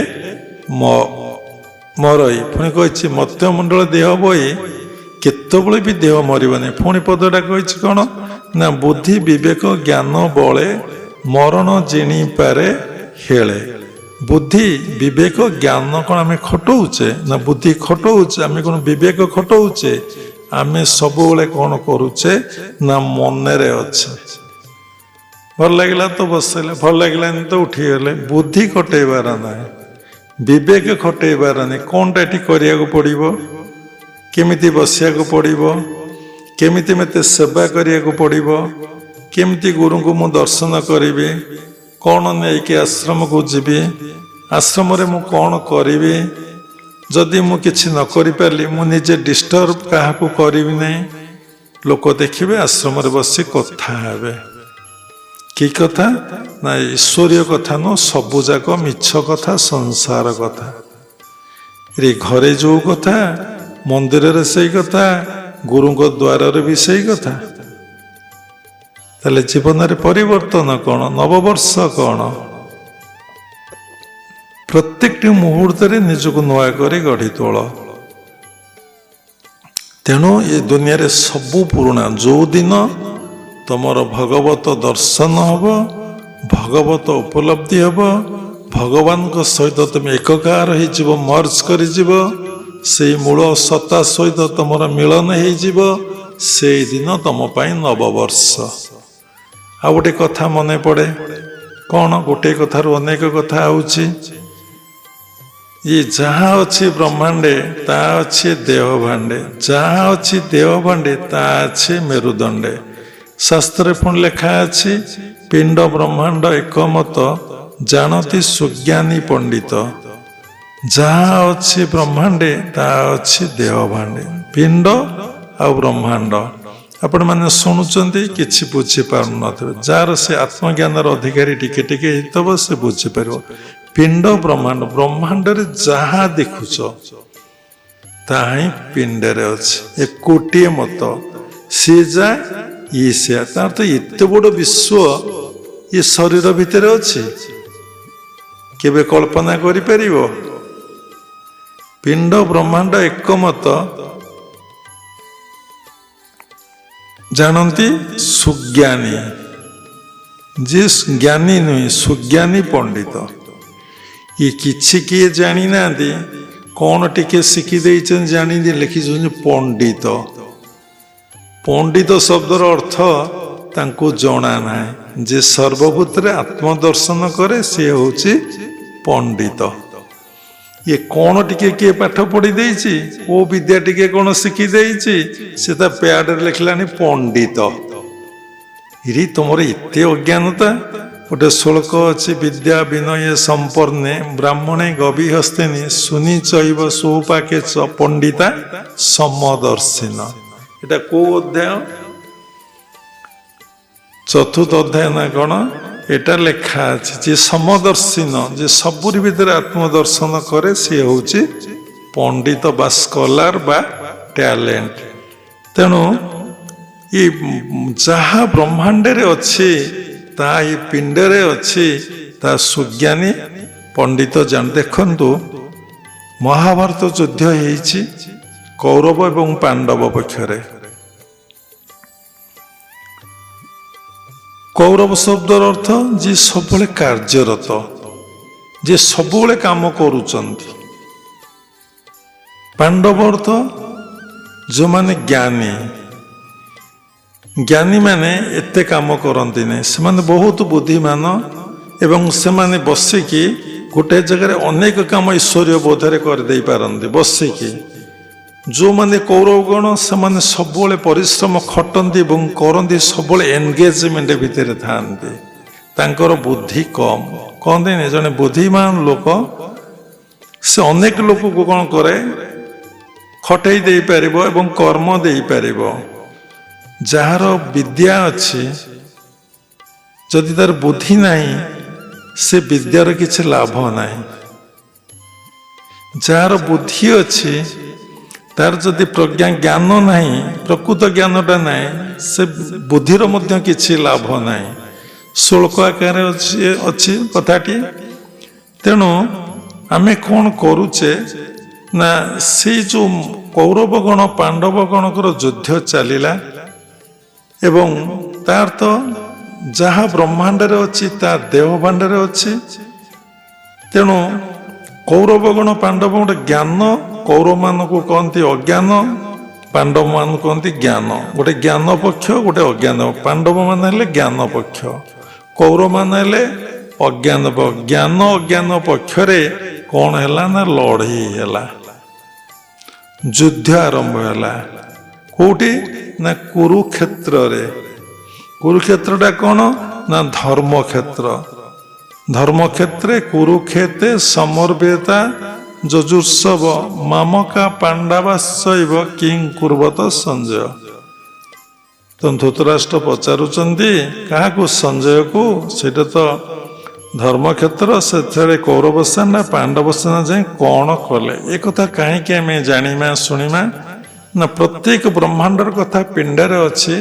ଆପଣ ସାଧନା କଲେ, ଅନ୍ତର୍ଦୃଷ୍ଟି ହେଲେ ଆପଣ ସବୁ କଥାକୁ ଜ୍ଞାନ ଭାବେ ଜାଣିପାରିବେ। ଦେଖନ୍ତୁ, ତୁଳସୀ ଦାସ 1600 ଖ୍ରୀଷ୍ଟାବ୍ଦରେ ତୁଳସୀ ରାମାୟଣ ଲେଖିଲେ। ସେଇଟା କେତେବେଳେ ନା ତେର୍ତେୟା ଯୁଗରେ ହେଇଥିଲା। ତେର୍ତେୟା ପରେ ଦ୍ୱାପର ଯୁଗ ଭୋଗ ହେଲା। ପ୍ରତି ଯୁଗର ଗୋଟେ ପରିମାଣ ଅଛି। ତାପରେ କଳି ଯୁଗର ସେ କେମିତି ଦେଖିପାରିଲେ ଯେ ତେର୍ତେୟା ଯୁଗରେ କେମିତି ମାନେ ରାମାୟଣ କଣ କଣ ମାନେ ଘଟଣା ଘଟିଲା, ରାମ ରାବଣଙ୍କର ଯୁଦ୍ଧ କେମିତି ଲାଗିଲା। ଯୁଦ୍ଧଟା ନୁହେଁ, ରାମଙ୍କ ଜନ୍ମଠାରୁ ତାଙ୍କ ପିତାମାତାଙ୍କ ଠାରୁ ଯୁଦ୍ଧ ପର୍ଯ୍ୟନ୍ତ କଣ କଣ ଘଟଣା ସବୁ ଘଟିଲା ସେ ତ କେମିତି ଦେଖିପାରିଲେ। କେମିତି ଦେଖିପାରିଲେ? ମଣିଷ ଭିତରେ କି ମେସିନ୍ ଅଛି, କି ଯନ୍ତ୍ର ଭଗବାନ ସେଟିଂ କରିଛନ୍ତି, ତେର୍ତେୟା ଯୁଗର କଥାକୁ ସେ ସ୍ପଷ୍ଟ ଭାବରେ ଦେଖିପାରିଲେ, ଲେଖିପାରିଲେ। ଆମେ ସେ କଥା କେବେ ଚିନ୍ତା କରୁଛେ? ବ୍ରହ୍ମାଣ୍ଡଟା କେମିତି ପିଣ୍ଡରେ ଅଛି। ସାଧନା କରି କରି ଚାଲିଲେ ଯେତେବେଳେ ଥାର୍ଡ ଆଇ ଆମର ଓପନ ହେଇଯିବ, ଯେତେବେଳେ ଆମର ପିଟ୍ୟୁଟାରୀ ଗ୍ଲାଣ୍ଡ ଫଙ୍କସନ୍ କରିବାକୁ ଲାଗେ, ଫଙ୍କସନ୍ କରୁଛି 2% 3%, ଯେତେବେଳେ 100% ଯଦି ଫଙ୍କସନ୍ କଲା, ଆପଣ ସବୁ ଯୁଗର କଥାକୁ ଆପଣ ଭଲ ଭାବରେ ଜାଣିପାରିବେ। ଯୋଉଟା ଜାଣିବାକୁ ଚାହିଁବେ ସେଇଟା ଆପଣ ଜ୍ଞାତ ହବ, ପୁଣି ସିରିଏଲି ଗୋଟିଏ ପରେ ଗୋଟେ ଆପଣଙ୍କୁ ଜ୍ଞାତ ହବ। କିନ୍ତୁ ଏ କଥା ଆମେ କେବେ ଜାଣୁନି। ଗୁରୁଦେବ ଇଂଲିଶରେ କହୁଥିଲେ each human body is a Bhagavad Gita. ପ୍ରତ୍ୟେକ ମାନବ ଶରୀର ହେଉଛି ଗୋଟେ ମାନେ ଭଗବତ ଗୀତା। ଏଥିରେ କୌରବ ପାଣ୍ଡବ ପକ୍ଷର ଲଢ଼େଇ ହେଉଛି। ଜ୍ଞାନ ଅଜ୍ଞାନର ଲଢ଼େଇ ସବୁବେଳେ ଚାଲିଛି। ଆପଣ ଦେଖନ୍ତୁ, ସବୁ ସମୟ ଆପଣ ଦ୍ୱନ୍ଦ୍ୱ ଭିତରେ ରହୁଛନ୍ତି, ସବୁ ସମୟରେ ହଁ ନାହିଁ ଭିତରେ ରହୁଛନ୍ତି, ସବୁ ସମୟ ଭିତରେ ଚଳ ଚଞ୍ଚଳରେ ରହୁଛନ୍ତି, ସବୁ ସମୟ ଭିତରେ ଆପଣ ମାନେ ବ୍ୟସ୍ତତା ଭିତରେ ରହୁଛନ୍ତି, ସବୁ ସମୟରେ ଆପଣ ଅସ୍ଥିରତା ଭିତରେ, ନିର୍ଦ୍ଦିଷ୍ଟତା ଭିତରେ, ନିର୍ଦ୍ଦିଷ୍ଟ ଗୋଟେ ଚିନ୍ତାଧାରା ଭିତରେ, ନିର୍ଦ୍ଦିଷ୍ଟ ଗୋଟେ ଭାବଧାରା ଭିତରେ, ନିର୍ଦ୍ଦିଷ୍ଟ ଗୋଟେ ଲକ୍ଷ୍ୟ ପଥରେ କେବେ ରହିଛନ୍ତି କି? ଯାହାକୁ ଦେଖନ୍ତୁ, ଯାହାକୁ ଦେଖନ୍ତୁ, କାହିଁକି ନା ଦୁଇଟି କଥାର ଲଢ଼େଇ ଆମ ଭିତରେ ସବୁବେଳେ ଚାଲିଛି। ଜ୍ଞାନ ଆଉ ଅଜ୍ଞାନର ଲଢ଼େଇ ସବୁବେଳେ ଚାଲିଛି। ଯାଇଛି ଆଶ୍ରମକୁ, ଗୁରୁକୁଳ ଆଶ୍ରମ, କେତେ ଟଙ୍କା ଦକ୍ଷିଣା ଦେବି ବା ପ୍ରଣାମୀ ଦେବି, ଦ୍ୱନ୍ଦ୍ୱ ଆରମ୍ଭ ହେଇଯିବ। 500 ଦେବି, 1000 ଦେବି, 2000 ଦେବି, କାହିଁକି ଏତେ ଦେବି, କ'ଣ ଦରକାର, ଦେଲେ ମିଳିବ କ'ଣ? ପ୍ରତ୍ୟେକଟି ସମୟରେ ଅମଜୟ ଯିବି ନା ଯିବି ନାହିଁ, କ'ଣ ଦେବି ନା ଦେବି ନାହିଁ, ସତ କହିବି ନା ମିଛ କହିବି, ଚୋରି କରିବି ନା ଡ୍ୟୁଟି କରିବି, ଆରେ ସବୁବେଳେ ଦ୍ୱନ୍ଦ୍ୱ ଚାଲିଛି। ଗୋଟେ ପଜିଟିଭ ପାୱାର, ତା ଇଂଲିଶରେ କହିଲେ ଗୋଟେ ନେଗେଟିଭ ପାୱାର, ତାକୁ ପୁଣି ଭଲ ଭାବରେ ସକାରାତ୍ମକ ଚିନ୍ତା, ଗୋଟେ ନକାରାତ୍ମକ ଚିନ୍ତା, ଦୁଇଟି ଚିନ୍ତାର ଲଢ଼େଇ ସବୁବେଳେ ନିଜ ଭିତରେ ଚାଲିଛି।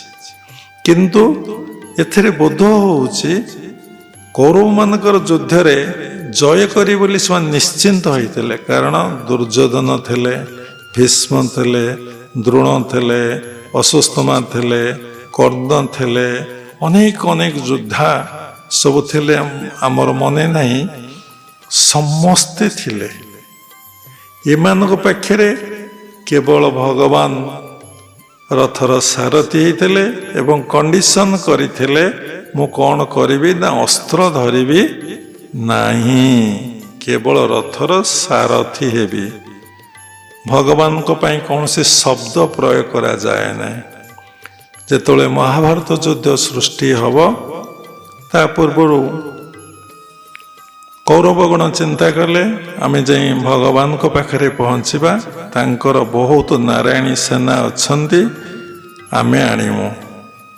ଅର୍ଜୁନ ମଧ୍ୟ ଭାବିଲା, ମୁଁ ମଧ୍ୟ ଭଗବାନଙ୍କୁ ଦର୍ଶନ କରିବାକୁ ଯିବି ଏବଂ ଭଗବାନଙ୍କୁ ଜଣେଇକି ଆସିବି ମହାଭାରତ ଯୁଦ୍ଧ ହେଉଛି। ଭଗବାନ ତ ଶବ୍ଦ ପ୍ରୟୋଗ କରିହୁଏ ନାହିଁ, ସର୍ବଜ୍ଞାତା ସର୍ବବୁଦ୍ଧିମାନ, ଏବଂ ସେ ତାଙ୍କ ମୁଣ୍ଡ ଉପରେ ଗୋଟେ ଆସନ ପକାଇ ଦେଇଛନ୍ତି ଏବଂ ତଳେ କିଛି ପାଦ ତଳେ ଆସନ ପକାଇ ନାହାନ୍ତି। ଫାଷ୍ଟ ଦୁର୍ଯ୍ୟୋଧନ ଗଲେ, ଶଙ୍କୁନି ପଠେଇଲେ, ଦୁର୍ଯ୍ୟୋଧନ ଗଲେ, ଯାଇ ତାଙ୍କ ମୁଣ୍ଡ ଉପରେ ଯେଉଁ ଆସନ ପଡ଼ିଛି ଆସନ ପାଖରେ ବସି ପଡ଼ିଲେ। ଏ କଥାର ବହୁତ ଯୌଗିକ ବ୍ୟାଖ୍ୟା ଅଛି।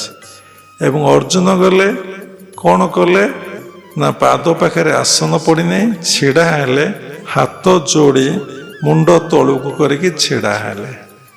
ବସିଲେ ନାହିଁ। କାରଣ ଯୋଉଠିକି ଯିବ ସେଠି ନିର୍ଦ୍ଦେଶ ନହେଲେ ବସିବ ନାହିଁ। ନିର୍ଦ୍ଦେଶ ହେଲା ମାନେ ସାଥି ସାଥି ବସିବ। ପୁଣି ତୁମେ ଗୁରୁ 10 ଥର କହିଲା ପରେ ତୁମେ ବସୁନ, ତୁମେ ଅପରାଧ କମେଇଲ। ତେଣୁ ଗୁରୁ ଯେ ପ୍ରକୃତ ଗୁରୁ ଥରେ କୁହନ୍ତି, 2 ଥର କେବେ କୁହନ୍ତିନି। ପ୍ରସାଦ ପାଆନ୍ତୁ ଆଉ କହିବେ ନାହିଁ, ବସନ୍ତୁ ଥରେ କହିବେ। ତେଣୁ ଆମେ ବହୁତ କଥା ଶିଖିନେ ଜାଣିନେ ପାପ ଅର୍ଜନ କରୁଛେ, ଯାହାଫଳରେ ଦୁଃଖ ଯନ୍ତ୍ରଣା କଷ୍ଟ ଭୋଗ କରୁଛେ ଏବଂ ଆମେ ଦୋଷ ସବୁବେଳେ ଅଲଗା ଲୋକ ଉପରେ ଲଦି ଦଉଛେ। ଭଗବାନ ନିଦରୁ ଉଠିଲେ ଲୋକ ମୁଣ୍ଡ ଆଡ଼କୁ ଚାହିଁବ ନା ଗୋଡ଼ ଆଡ଼କୁ ଚାହିଁବ? ଆଗ ତା ଗୋଡ଼ ପାଖରେ ଯିଏ ଉଠିକି ବସିଲେ ତାକୁ ଦେଖିବ ନା ଆଉ। ଅର୍ଜୁନ ସୁର ପ୍ରଣାମ କଲେ, ଭଗବାନ କହିଲେ ବସ। କୁଆଡ଼େ ଆସିଛ? ତା ସେତେବେଳେ ଦୁର୍ଯ୍ୟୋଧନ କହୁଛି, ପ୍ରଭୁ ଅର୍ଜୁନ ପୂର୍ବରୁ ମୁଁ ଆସିଛି। ନା ତୁମର କ'ଣ ଦରକାର? ନା ମହାଭାରତ ଯୁଦ୍ଧ ହବ। କ'ଣ ତମେ ମୋ ପାଇଁ ସାହାଯ୍ୟ ପାଇଁ ଆସିଛ କୁହ? ନା ତମର ଯେତେ ଭଗବାନ ସେଇଠି କହିଲେ, ମୁଁ ଅଛି, ମୋର ସେନା ଅଛନ୍ତି। ତୁମେ ମୋର ନାରାୟଣୀ ସେନାକୁ ନବ ନା ମୋତେ ନବ? ଦୁର୍ଯ୍ୟୋଧନ, ଯାହାର ବୁଦ୍ଧି କ'ଣ ନଷ୍ଟ, ଯିଏ ଧନ କ୍ଷୟ କରେ ନଷ୍ଟ କରେ ତାକୁ ଦୁର୍ଯ୍ୟୋଧନ କହନ୍ତି। ଧନର ଯେ ବ୍ୟବହାର କରେ ସେ ହେଉଛି ଦୁର୍ଯ୍ୟୋଧନ।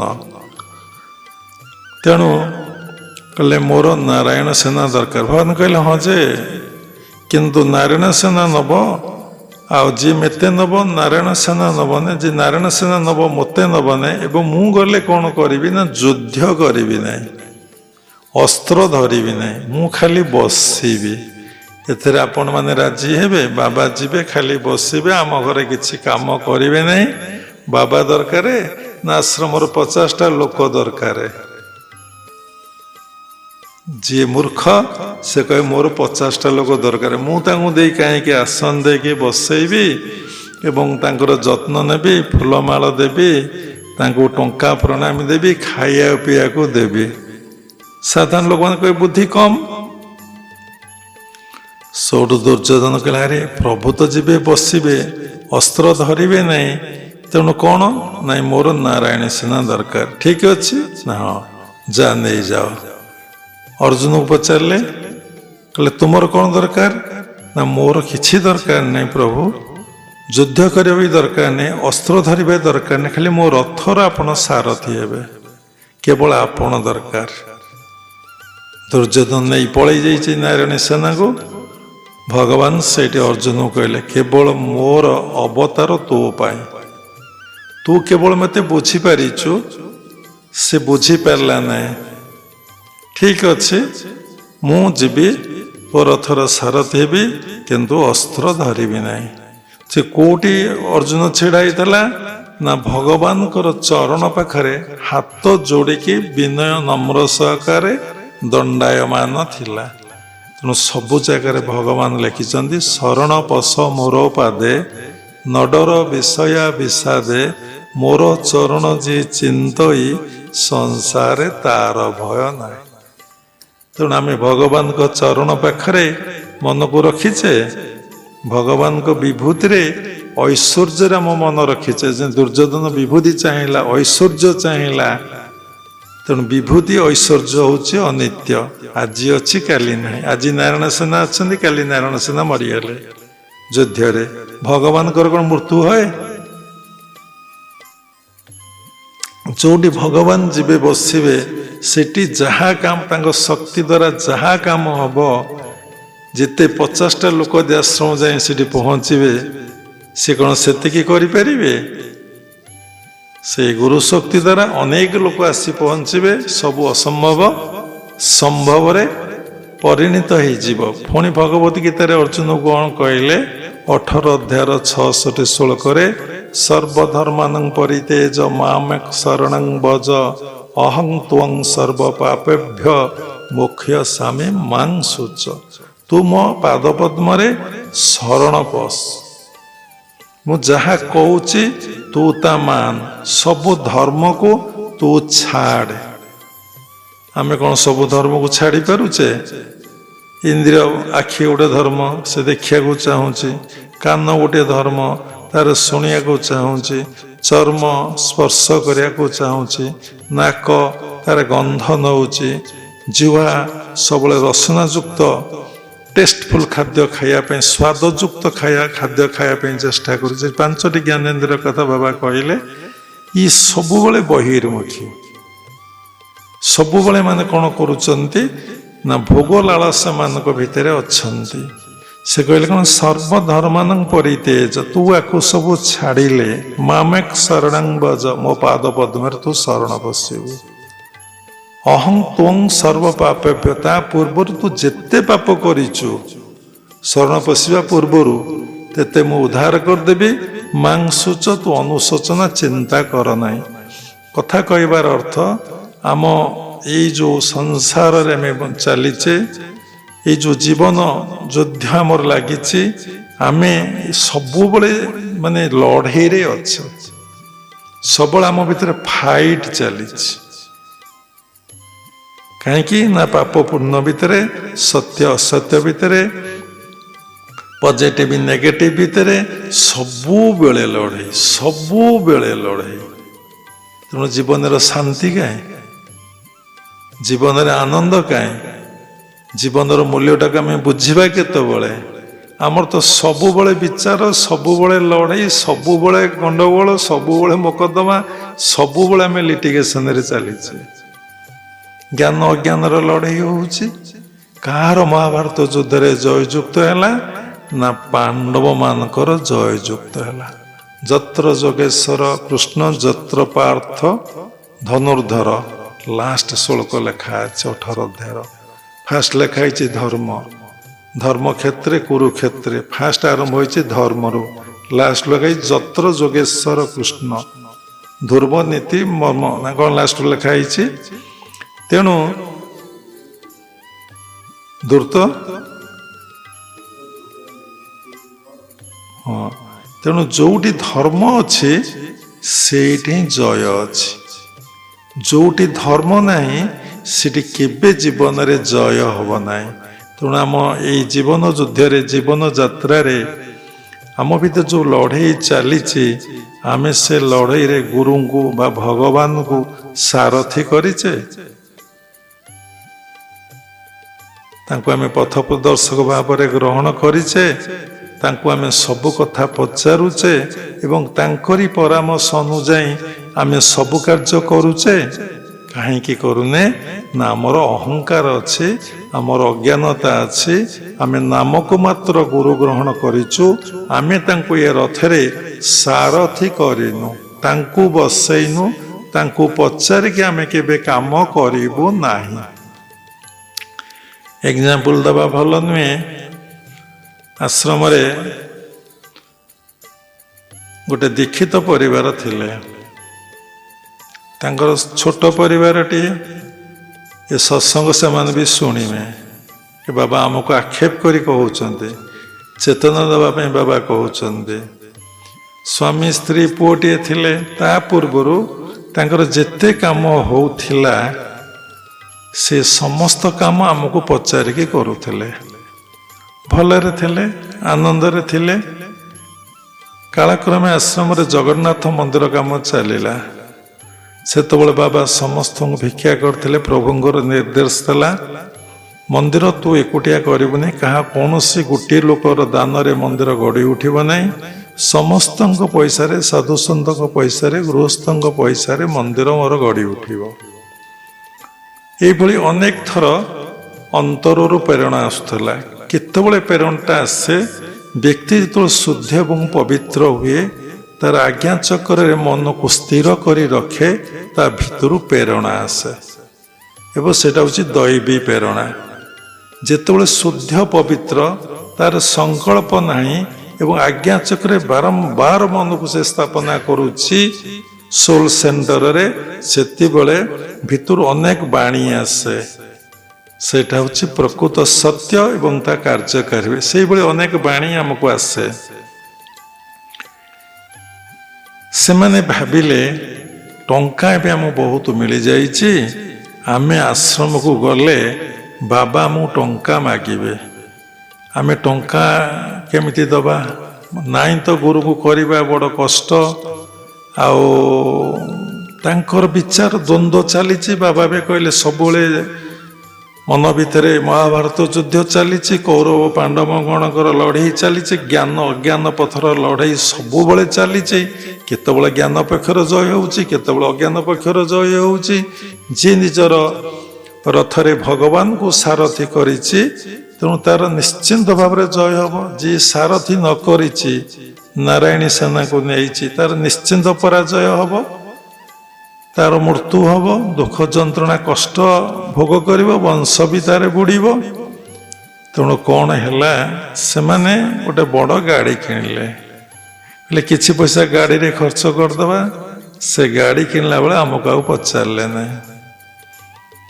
ଆମର କ'ଣ ଦରକାର? ଆମେ କ'ଣ ସବୁ ଏ କଥା ବୁଝିବା ପାଇଁ ଆସିଛୁ? ଭଗବାନ ବସିଛନ୍ତି। କିଏ କେତେ କଥା ନିବେଦନ କରୁଛି, କିଏ କେତେ ପ୍ରେୟାର କରୁଛି, କିଏ କେତେ ଫୁଲ ଫଳ ଦେଇ ନେଉଛି, କିଏ ମଧ୍ୟ ମନ୍ଦିରରୁ ଚୋରି କରି ନେଉଛି। ଭଗବାନଙ୍କ କେଉଁଥିରେ କ୍ରିୟା ପ୍ରତିକ୍ରିୟା ନାହିଁ, ଖାଲି ଶବ୍ଦ ସଂଯୋଗ କରାଉଛି। ସିଏ ତ ସବୁ କିଛି ନା, ତାଙ୍କର ଭିତରେ କ୍ରିୟା ପ୍ରତିକ୍ରିୟା କ'ଣ ଆସିବ? ଯିଏ ଯେମିତି କର୍ମ କରିବ ସେ ସେମିତି ଫଳ ପାଇବ। ତାପରେ ସେମାନେ କ'ଣ କଲେ, ଗାଡ଼ି କିଣି ପୂଜା କରି ଗାଡ଼ିରେ ବସି ସେମାନେ ବୁଲିବାକୁ ଆରମ୍ଭ କଲେ। ତାଙ୍କ ଘରୁ ଜଣେ ଲୋକ କହିଲେ ବାବା ଏ ଗାଡ଼ିଟା କିଣା ହେଇଛି ଆଶ୍ରମକୁ ଆମେ ଯିବା ପାଇଁ, କାରଣ ମୋଟରସାଇକେଲ ଗଲେ ବାଧା ଲାଗୁଛି, ଥଣ୍ଡା ଦିନେ ଶୀତ ହେଉଛି, ଗରମ ଦିନେ ଗରମ ହେଉଛି, ବର୍ଷା ଦିନେ ବର୍ଷା ହେଉଛି। ଦେଖନ୍ତୁ, ମଣିଷ ସବୁବେଳେ ବାହାନା ଚାଲିଛି। ମଣିଷ ଜୀବନର ସବୁବେଳେ ମନ ତା ସହିତ ଖେଳୁଛି, ଚାଲାଖି କରୁଛି। ମନ ସବୁବେଳେ ବାହାନା କରୁଛି। ମନ ତାକୁ କ'ଣ କରୁଛି ନା, ଗୋଟିଏ ଗୋଟିଏ କଥାରେ ତାକୁ ଭୁଲେଇ ଦେଉଛି ବାହାନା କରିକି। ସତ୍ ପଥକୁ ଗଲେ ବି ବାହାନା କରି ଭୁଲେଇ ଦେଉଛି, ଅସତ୍ ପଥକୁ ଗଲେ ବି ବାହାନା କରୁଛି।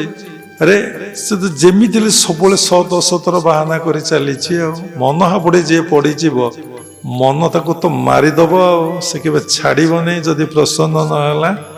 ତାପରେ ସେ ଗାଡ଼ି ଧରି ଥରେ ଆଶ୍ରମକୁ ଆସିଲେ, ତାଙ୍କ ଜୀବନର ଫାଷ୍ଟ ଏବଂ ଲାଷ୍ଟ।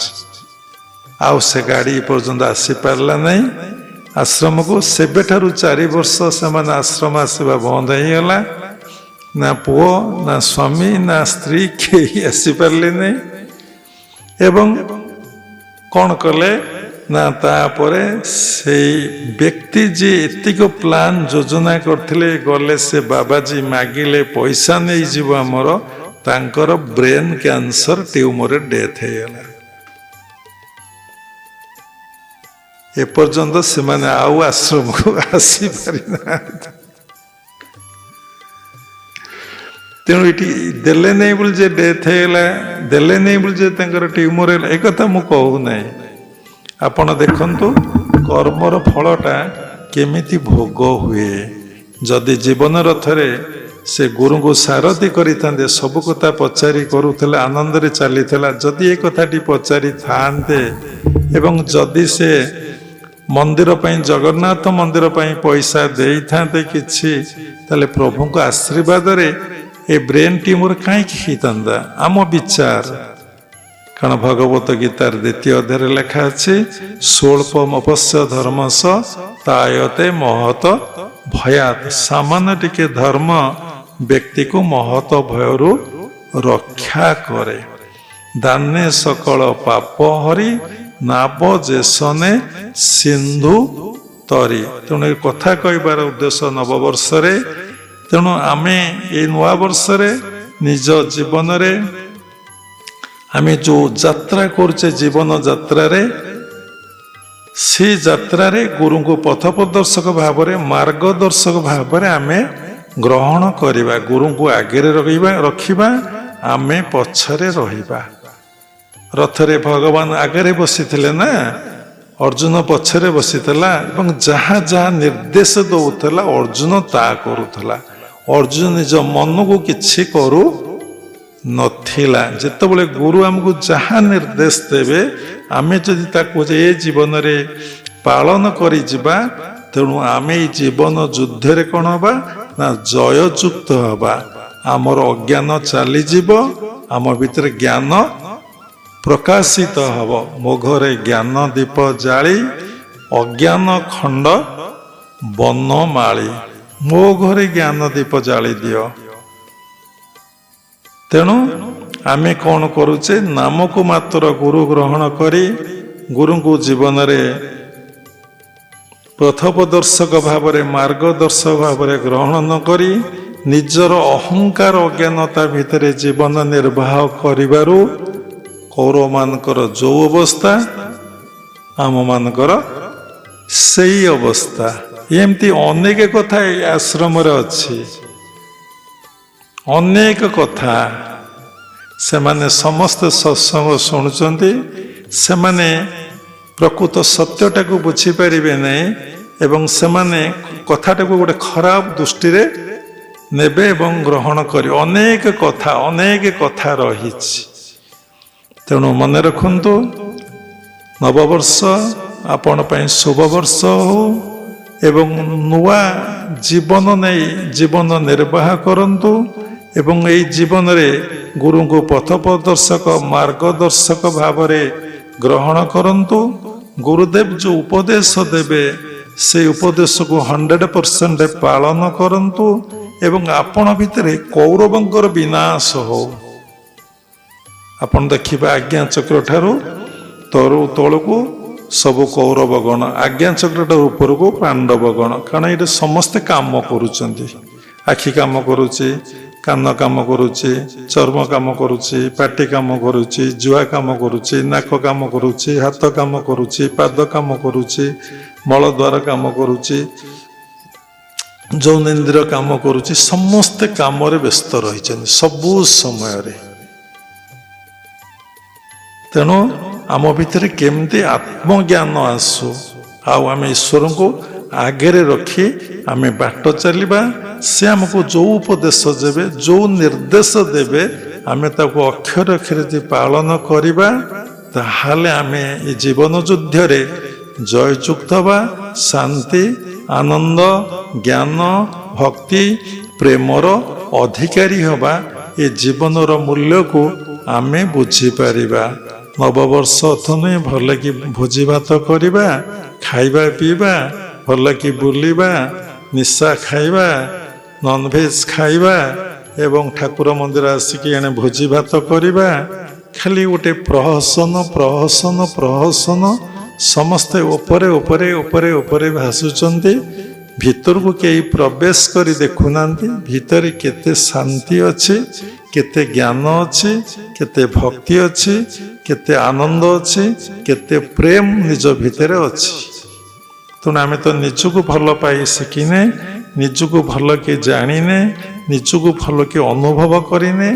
କାହିଁକି ନା ଆମେ ଗୁରୁଙ୍କର ସାନ୍ନିଧ୍ୟରେ ବାରମ୍ବାର ଆସିନେ ଏବଂ ଜଷ୍ଟ ଦୀକ୍ଷା ନେଇକି ଘରେ ରହିଛେ ଏବଂ ଥରେ ପାଠ ପଢ଼ିକି ଯାଇଛେ, ଆଉ ଥରେ ପାଠ ଗୁରୁଙ୍କୁ ତୁମେ ଦେଇନ। ଗୁରୁ ଯଦି ତୁମକୁ ଏକଥା କହିଛନ୍ତି କ'ଣ ତୁମେ ଶିଖିଛ ଜାଣିଛ, ତୁମେ ଆଉ ଥରେ ଆସିବାକୁ ଇଚ୍ଛା କରିବ ନାହିଁ। ଯେଉଁ ଲୋକ ସାଧନାରେ ପ୍ରତ୍ୟେକ ଦିନ ବସେ, ସକାଳେ, ସନ୍ଧ୍ୟାରେ, ମଧ୍ୟାହ୍ନରେ, ନିଶାର୍ଦ୍ଧରେ, ସେ ନିଶ୍ଚିନ୍ତ ଭାବରେ ତା ଭିତରେ ଗୁରୁ ଶ୍ରଦ୍ଧା, ଗୁରୁ ବିଶ୍ୱାସ, ଗୁରୁ ଭକ୍ତି ଆସିବ। ସେ ନିଶ୍ଚିନ୍ତ ଭାବରେ ଅନେକ ବିପଦରୁ ରକ୍ଷା ପାଇଯିବ। ଗୁରୁ ଶକ୍ତି ତାକୁ ସବୁବେଳେ ରକ୍ଷା କରିବେ। ଯେଉଁ ଲୋକ ଦୀକ୍ଷା ନେଇ ସାଧନା ନ କରେ, ସେ ଗୁରୁଙ୍କ ସହିତ ସମ୍ପର୍କ ତାର କେତେବେଳେ ଚିରସ୍ଥାୟୀ ହେବ ନାହିଁ। ଗୁରୁ ତାକୁ ଦେବେ କେତେବେଳେ ରକ୍ଷା କରିବେ ନାହିଁ। ସବୁବେଳେ ରକ୍ଷା କରୁଛନ୍ତି, ଏ ବଡ଼ ଯେଉଁ ବିପଦରୁ ସେ କେବେ ରକ୍ଷା କରିବେ ନାହିଁ। କାରଣ ସେ ସେଭଳି କର୍ମ କରିନି, ଫଳ କେମିତି ପାଇବ? ସେ ତ କରିନେଇ, ପାଇବ କେମିତି? କରିବାଟା ହେଉଛି ପାଇବାର ଜନନୀ। ତେଣୁ ଆମେ ସଂକଳ୍ପବଦ୍ଧ ହେବା, ଗୁରୁଗତ ପ୍ରାଣ ହେବା, ଗୁରୁମୁଖ ହେବା। ଗୁରୁଦେବ ଆମକୁ ଯେଉଁ ଉପଦେଶ ଦେବେ ତାକୁ ଆମେ ଅକ୍ଷରେ ଅକ୍ଷରେ ପାଳନ କରିବା। ପ୍ରତ୍ୟେକଟି କଥା ଆମେ ଗୁରୁଦେବଙ୍କୁ ନିବେଦନ କରିବା। ଭଗବତ ଗୀତାରେ ଅନେକ ଗ୍ରନ୍ଥରେ ଲେଖା ଅଛି। ତେଣୁ ଗୋଟେ ଲୋକ ସାଧୁ ହେଇଯିବ ବା ବାବାଜୀ ହେଇଯିବ, ସାଧୁର ସଂଜ୍ଞା ଅଲଗା, ସନ୍ଥର ସଂଜ୍ଞା ଅଲଗା, ବାବାଜୀର ସଂଜ୍ଞା ଅଲଗା। ସେ ହେଇପାରିବ,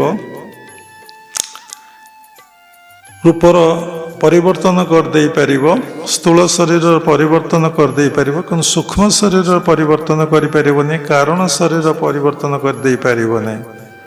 ତେଣୁ ଗୋଟେ ଲୋକ ସରଳ ହେବାଟା ଭାରି କଷ୍ଟ। ଯାହାକୁ ଦେଖନ୍ତୁ କେହି ଏ ଦୁନିଆରେ ସରଳ ନୁହନ୍ତି। ସରଳ କିଏ? ଯାହାର ଭିତର ବାହାର ସବୁ ସମାନ। ସେ ଯାହା କହେ ତା ଭିତରେ ତାହା ଥାଏ। ସମସ୍ତଙ୍କ ଭିତରେ କପଟାଚରଣ, କପଟ ଭାବ ରଖାଯାଇଛି। ସମସ୍ତଙ୍କ ଭିତରେ କପଟ ଭାବ, ଭିତରେ ଗୋଟେ କଥା, ବାହାରେ ଗୋଟେ କଥା। ଗୋଟିଏ କଥା ନୁହଁ। ରାମକୃଷ୍ଣ ପରମହଂସ କହୁଥିଲେ, ଗୋଟେ ଜୀବର ଅନେକ ରୂପ। କେତେବେଳେ କୋଉ ରୂପରେ ସେ ନିଜକୁ ପରିବର୍ତ୍ତନ କରିଦେବ ତା ଠିକ ଆଉ ଠିକଣା ନାହିଁ। ବର୍ତ୍ତମାନ ଗୋଟେ କଥା କହିଥବ, ସମୟ ହେଲେ, ପରିସ୍ଥିତି ହେଲେ ସେ ଆଉ ଗୋଟେ କଥା କହିଦେବ। ମୁଁ ଯେ ଏଇ କଥା କହିଥିଲି, ଏଇ ସତ୍ୟରେ ମୁଁ ଜୀବନ ସାରା ଗୁରୁଙ୍କୁ ଭଲ ପାଇବି, ଗୁରୁଙ୍କୁ ଭକ୍ତି କରିବି, ଗୁରୁଙ୍କୁ ଶ୍ରଦ୍ଧା କରିବି, ଗୁରୁଙ୍କ ଉପଦେଶକୁ ପାଳନ କରିବି। ନା, ନିଷ୍ଠାରୁ ଟିକେ ମୁଁ ଟଳିବି ନାହିଁ। ଭଜନ ବୋଲା ହେଲା, ଯୋଉଠି ମୋତେ ଫିଙ୍ଗି ଦିଅ, ଯାହା ମେଛେ କର, ମୁଁ କିନ୍ତୁ ନିଷ୍ଠାରୁ ଟିକେ ଟଳିବି ନାହିଁ। ସେଥିଲାଗି ଯେତେ ଦୁଃଖ କଷ୍ଟ ମାନ ଅପମାନ ଆସୁ, ମୁଁ ସାଧନାରେ ଅଗ୍ରସର ହେବି। ସେଇ ଭାବ 199 ଡିସାଇପୁଲଙ୍କର ହିଁ ଆସିବ ନାହିଁ। ସବୁବେଳେ ଭଗବାନଙ୍କର ଯେମିତି ପରୀକ୍ଷା, ଭଗବାନ ଗଡ୍ ଇଜ୍ ଗୁରୁ, ଗୁରୁ ଇଜ୍ ଗଡ୍, ସବୁବେଳେ ପରୀକ୍ଷାରେ ପକେଇଦେବେ। ଯିଏ ପାଠ ପଢେ ତା ପାଇଁ ପରୀକ୍ଷା ହୁଏ, ଯିଏ ପାଠ ପଢେ ନାହିଁ ସେ କଣ ପରୀକ୍ଷା ଦବ? ତାକୁ କାହିଁ ପରୀକ୍ଷା କରିବେ? ତା କରିବାର କଣ ଆବଶ୍ୟକତା? ସେ ଜମା ତ ପାଠ ପଢିନାହିଁ, ପୁଣି ପରୀକ୍ଷା ଦବ କଣ ସିଏ? ଯିଏ ଟିକେ ସାଧନାରେ ଆଗାଏ ତାକୁ ସେତିକି ପ୍ରହାର କରାଯାଏ, ତାର କେତେ ଧୈର୍ଯ୍ୟ ଅଛି, କେତେ ଶକ୍ତି ଅଛି, କେତେ ସାମର୍ଥ୍ୟ ଅଛି, କେତେ ବିଶ୍ୱାସ ରହିଛି, କେତେ ନିର୍ଭର ରହିଛି ଗୁରୁ ଭଗବାନଙ୍କ ପାଖରେ। ତେଣୁ ଏଇଟା ନବବର୍ଷରେ ଶିଖନ୍ତୁ ଏବଂ ଯାହା ଗୁରୁଦେବ କହିଲେ ତାକୁ ପାଳନ କରିବା ପାଇଁ ଚେଷ୍ଟା କରନ୍ତୁ। କିନ୍ତୁ ସରଳ ଲୋକଟେ ହେବା ଭାରି କଷ୍ଟ, ଭାରି କଷ୍ଟ, ଭାରି କଷ୍ଟ। ତାର ଭିତର ବାହାର ସମାନ। କାହାକୁ ପଚାରିଲେ କେତେ ଟଙ୍କା ରଖିଛ କିଏ କହିଦବ, କେତେ ସୁନା ଅଛି ସେ କହିଦବ, ଏବଂ କୋଉ ଜାଗାରେ କୋଉ କର୍ମ କରିଛି ସେ ତାକୁ ଖୋଲାଖୋଲି ପରିପ୍ରକାଶ କରିଦବ। ଆମ ଜୀବନରେ ଆମେ ଗୋଟେ ଲୋକ ଦେଖିନୁ, ଆମକୁ ଛାଡ଼ିଦେଲା ପରେ ଆମେ ସମସ୍ତ କଥା ଖୋଲିକି କହିଦେବୁ। ସେଥିଲାଗି ଆମ ଗୁରୁଦେବ କହିଥିଲେ, ଆରେ ଏଇଟା ଗୋଟେ ଖୋଲା ବହିଟାରେ, ଏ ସବୁ କଥା ଦିନ ଆସିବ ପରିପ୍ରକାଶ କରିଦେବ। କିନ୍ତୁ ସରଳ ହେଲେ ଆପଣ ସବୁ ଜିନିଷ ଆଚିଭମେଣ୍ଟସ୍ କରିବେ, ସବୁ ଆପଣଙ୍କୁ ମିଳିବ। ଭଗବାନ ଆପଣଙ୍କୁ ସବୁ ଦେବେ। ଆପଣ ଜଟିଳ ହୁଅନ୍ତୁ, ଭିତର ବାହାର ଅଲଗା ଅଲଗା କରନ୍ତୁ, ଆପଣ କିଛି ପ୍ରାପ୍ତି ହେବ ନାହିଁ। ସେଥିଲାଗି ଠାକୁର ଅନୁକୂଳ ଚନ୍ଦ୍ର ବୋଲୁଥିଲେ, ତାଙ୍କ ପ୍ରେୟାରରେ ଅଛି, ଛାଡ଼ରେ ମନ କପଟ ଚାତୁରୀ, ବଦନେ ବୋଲ ହରି ହରି। କପଟ ଚାତୁରୀକୁ ତମେ କଣ କର ନା ଛାଡ଼ି ଦିଅ। କିଛି ଚତୁରତାରେ ଆମେ କଥାବାର୍ତ୍ତା କରୁନା, ବିଭିନ୍ନ ଚତୁରତା ରେ ମଣିଷ କଣ କରେ ନା କଥାବାର୍ତ୍ତା କରେ।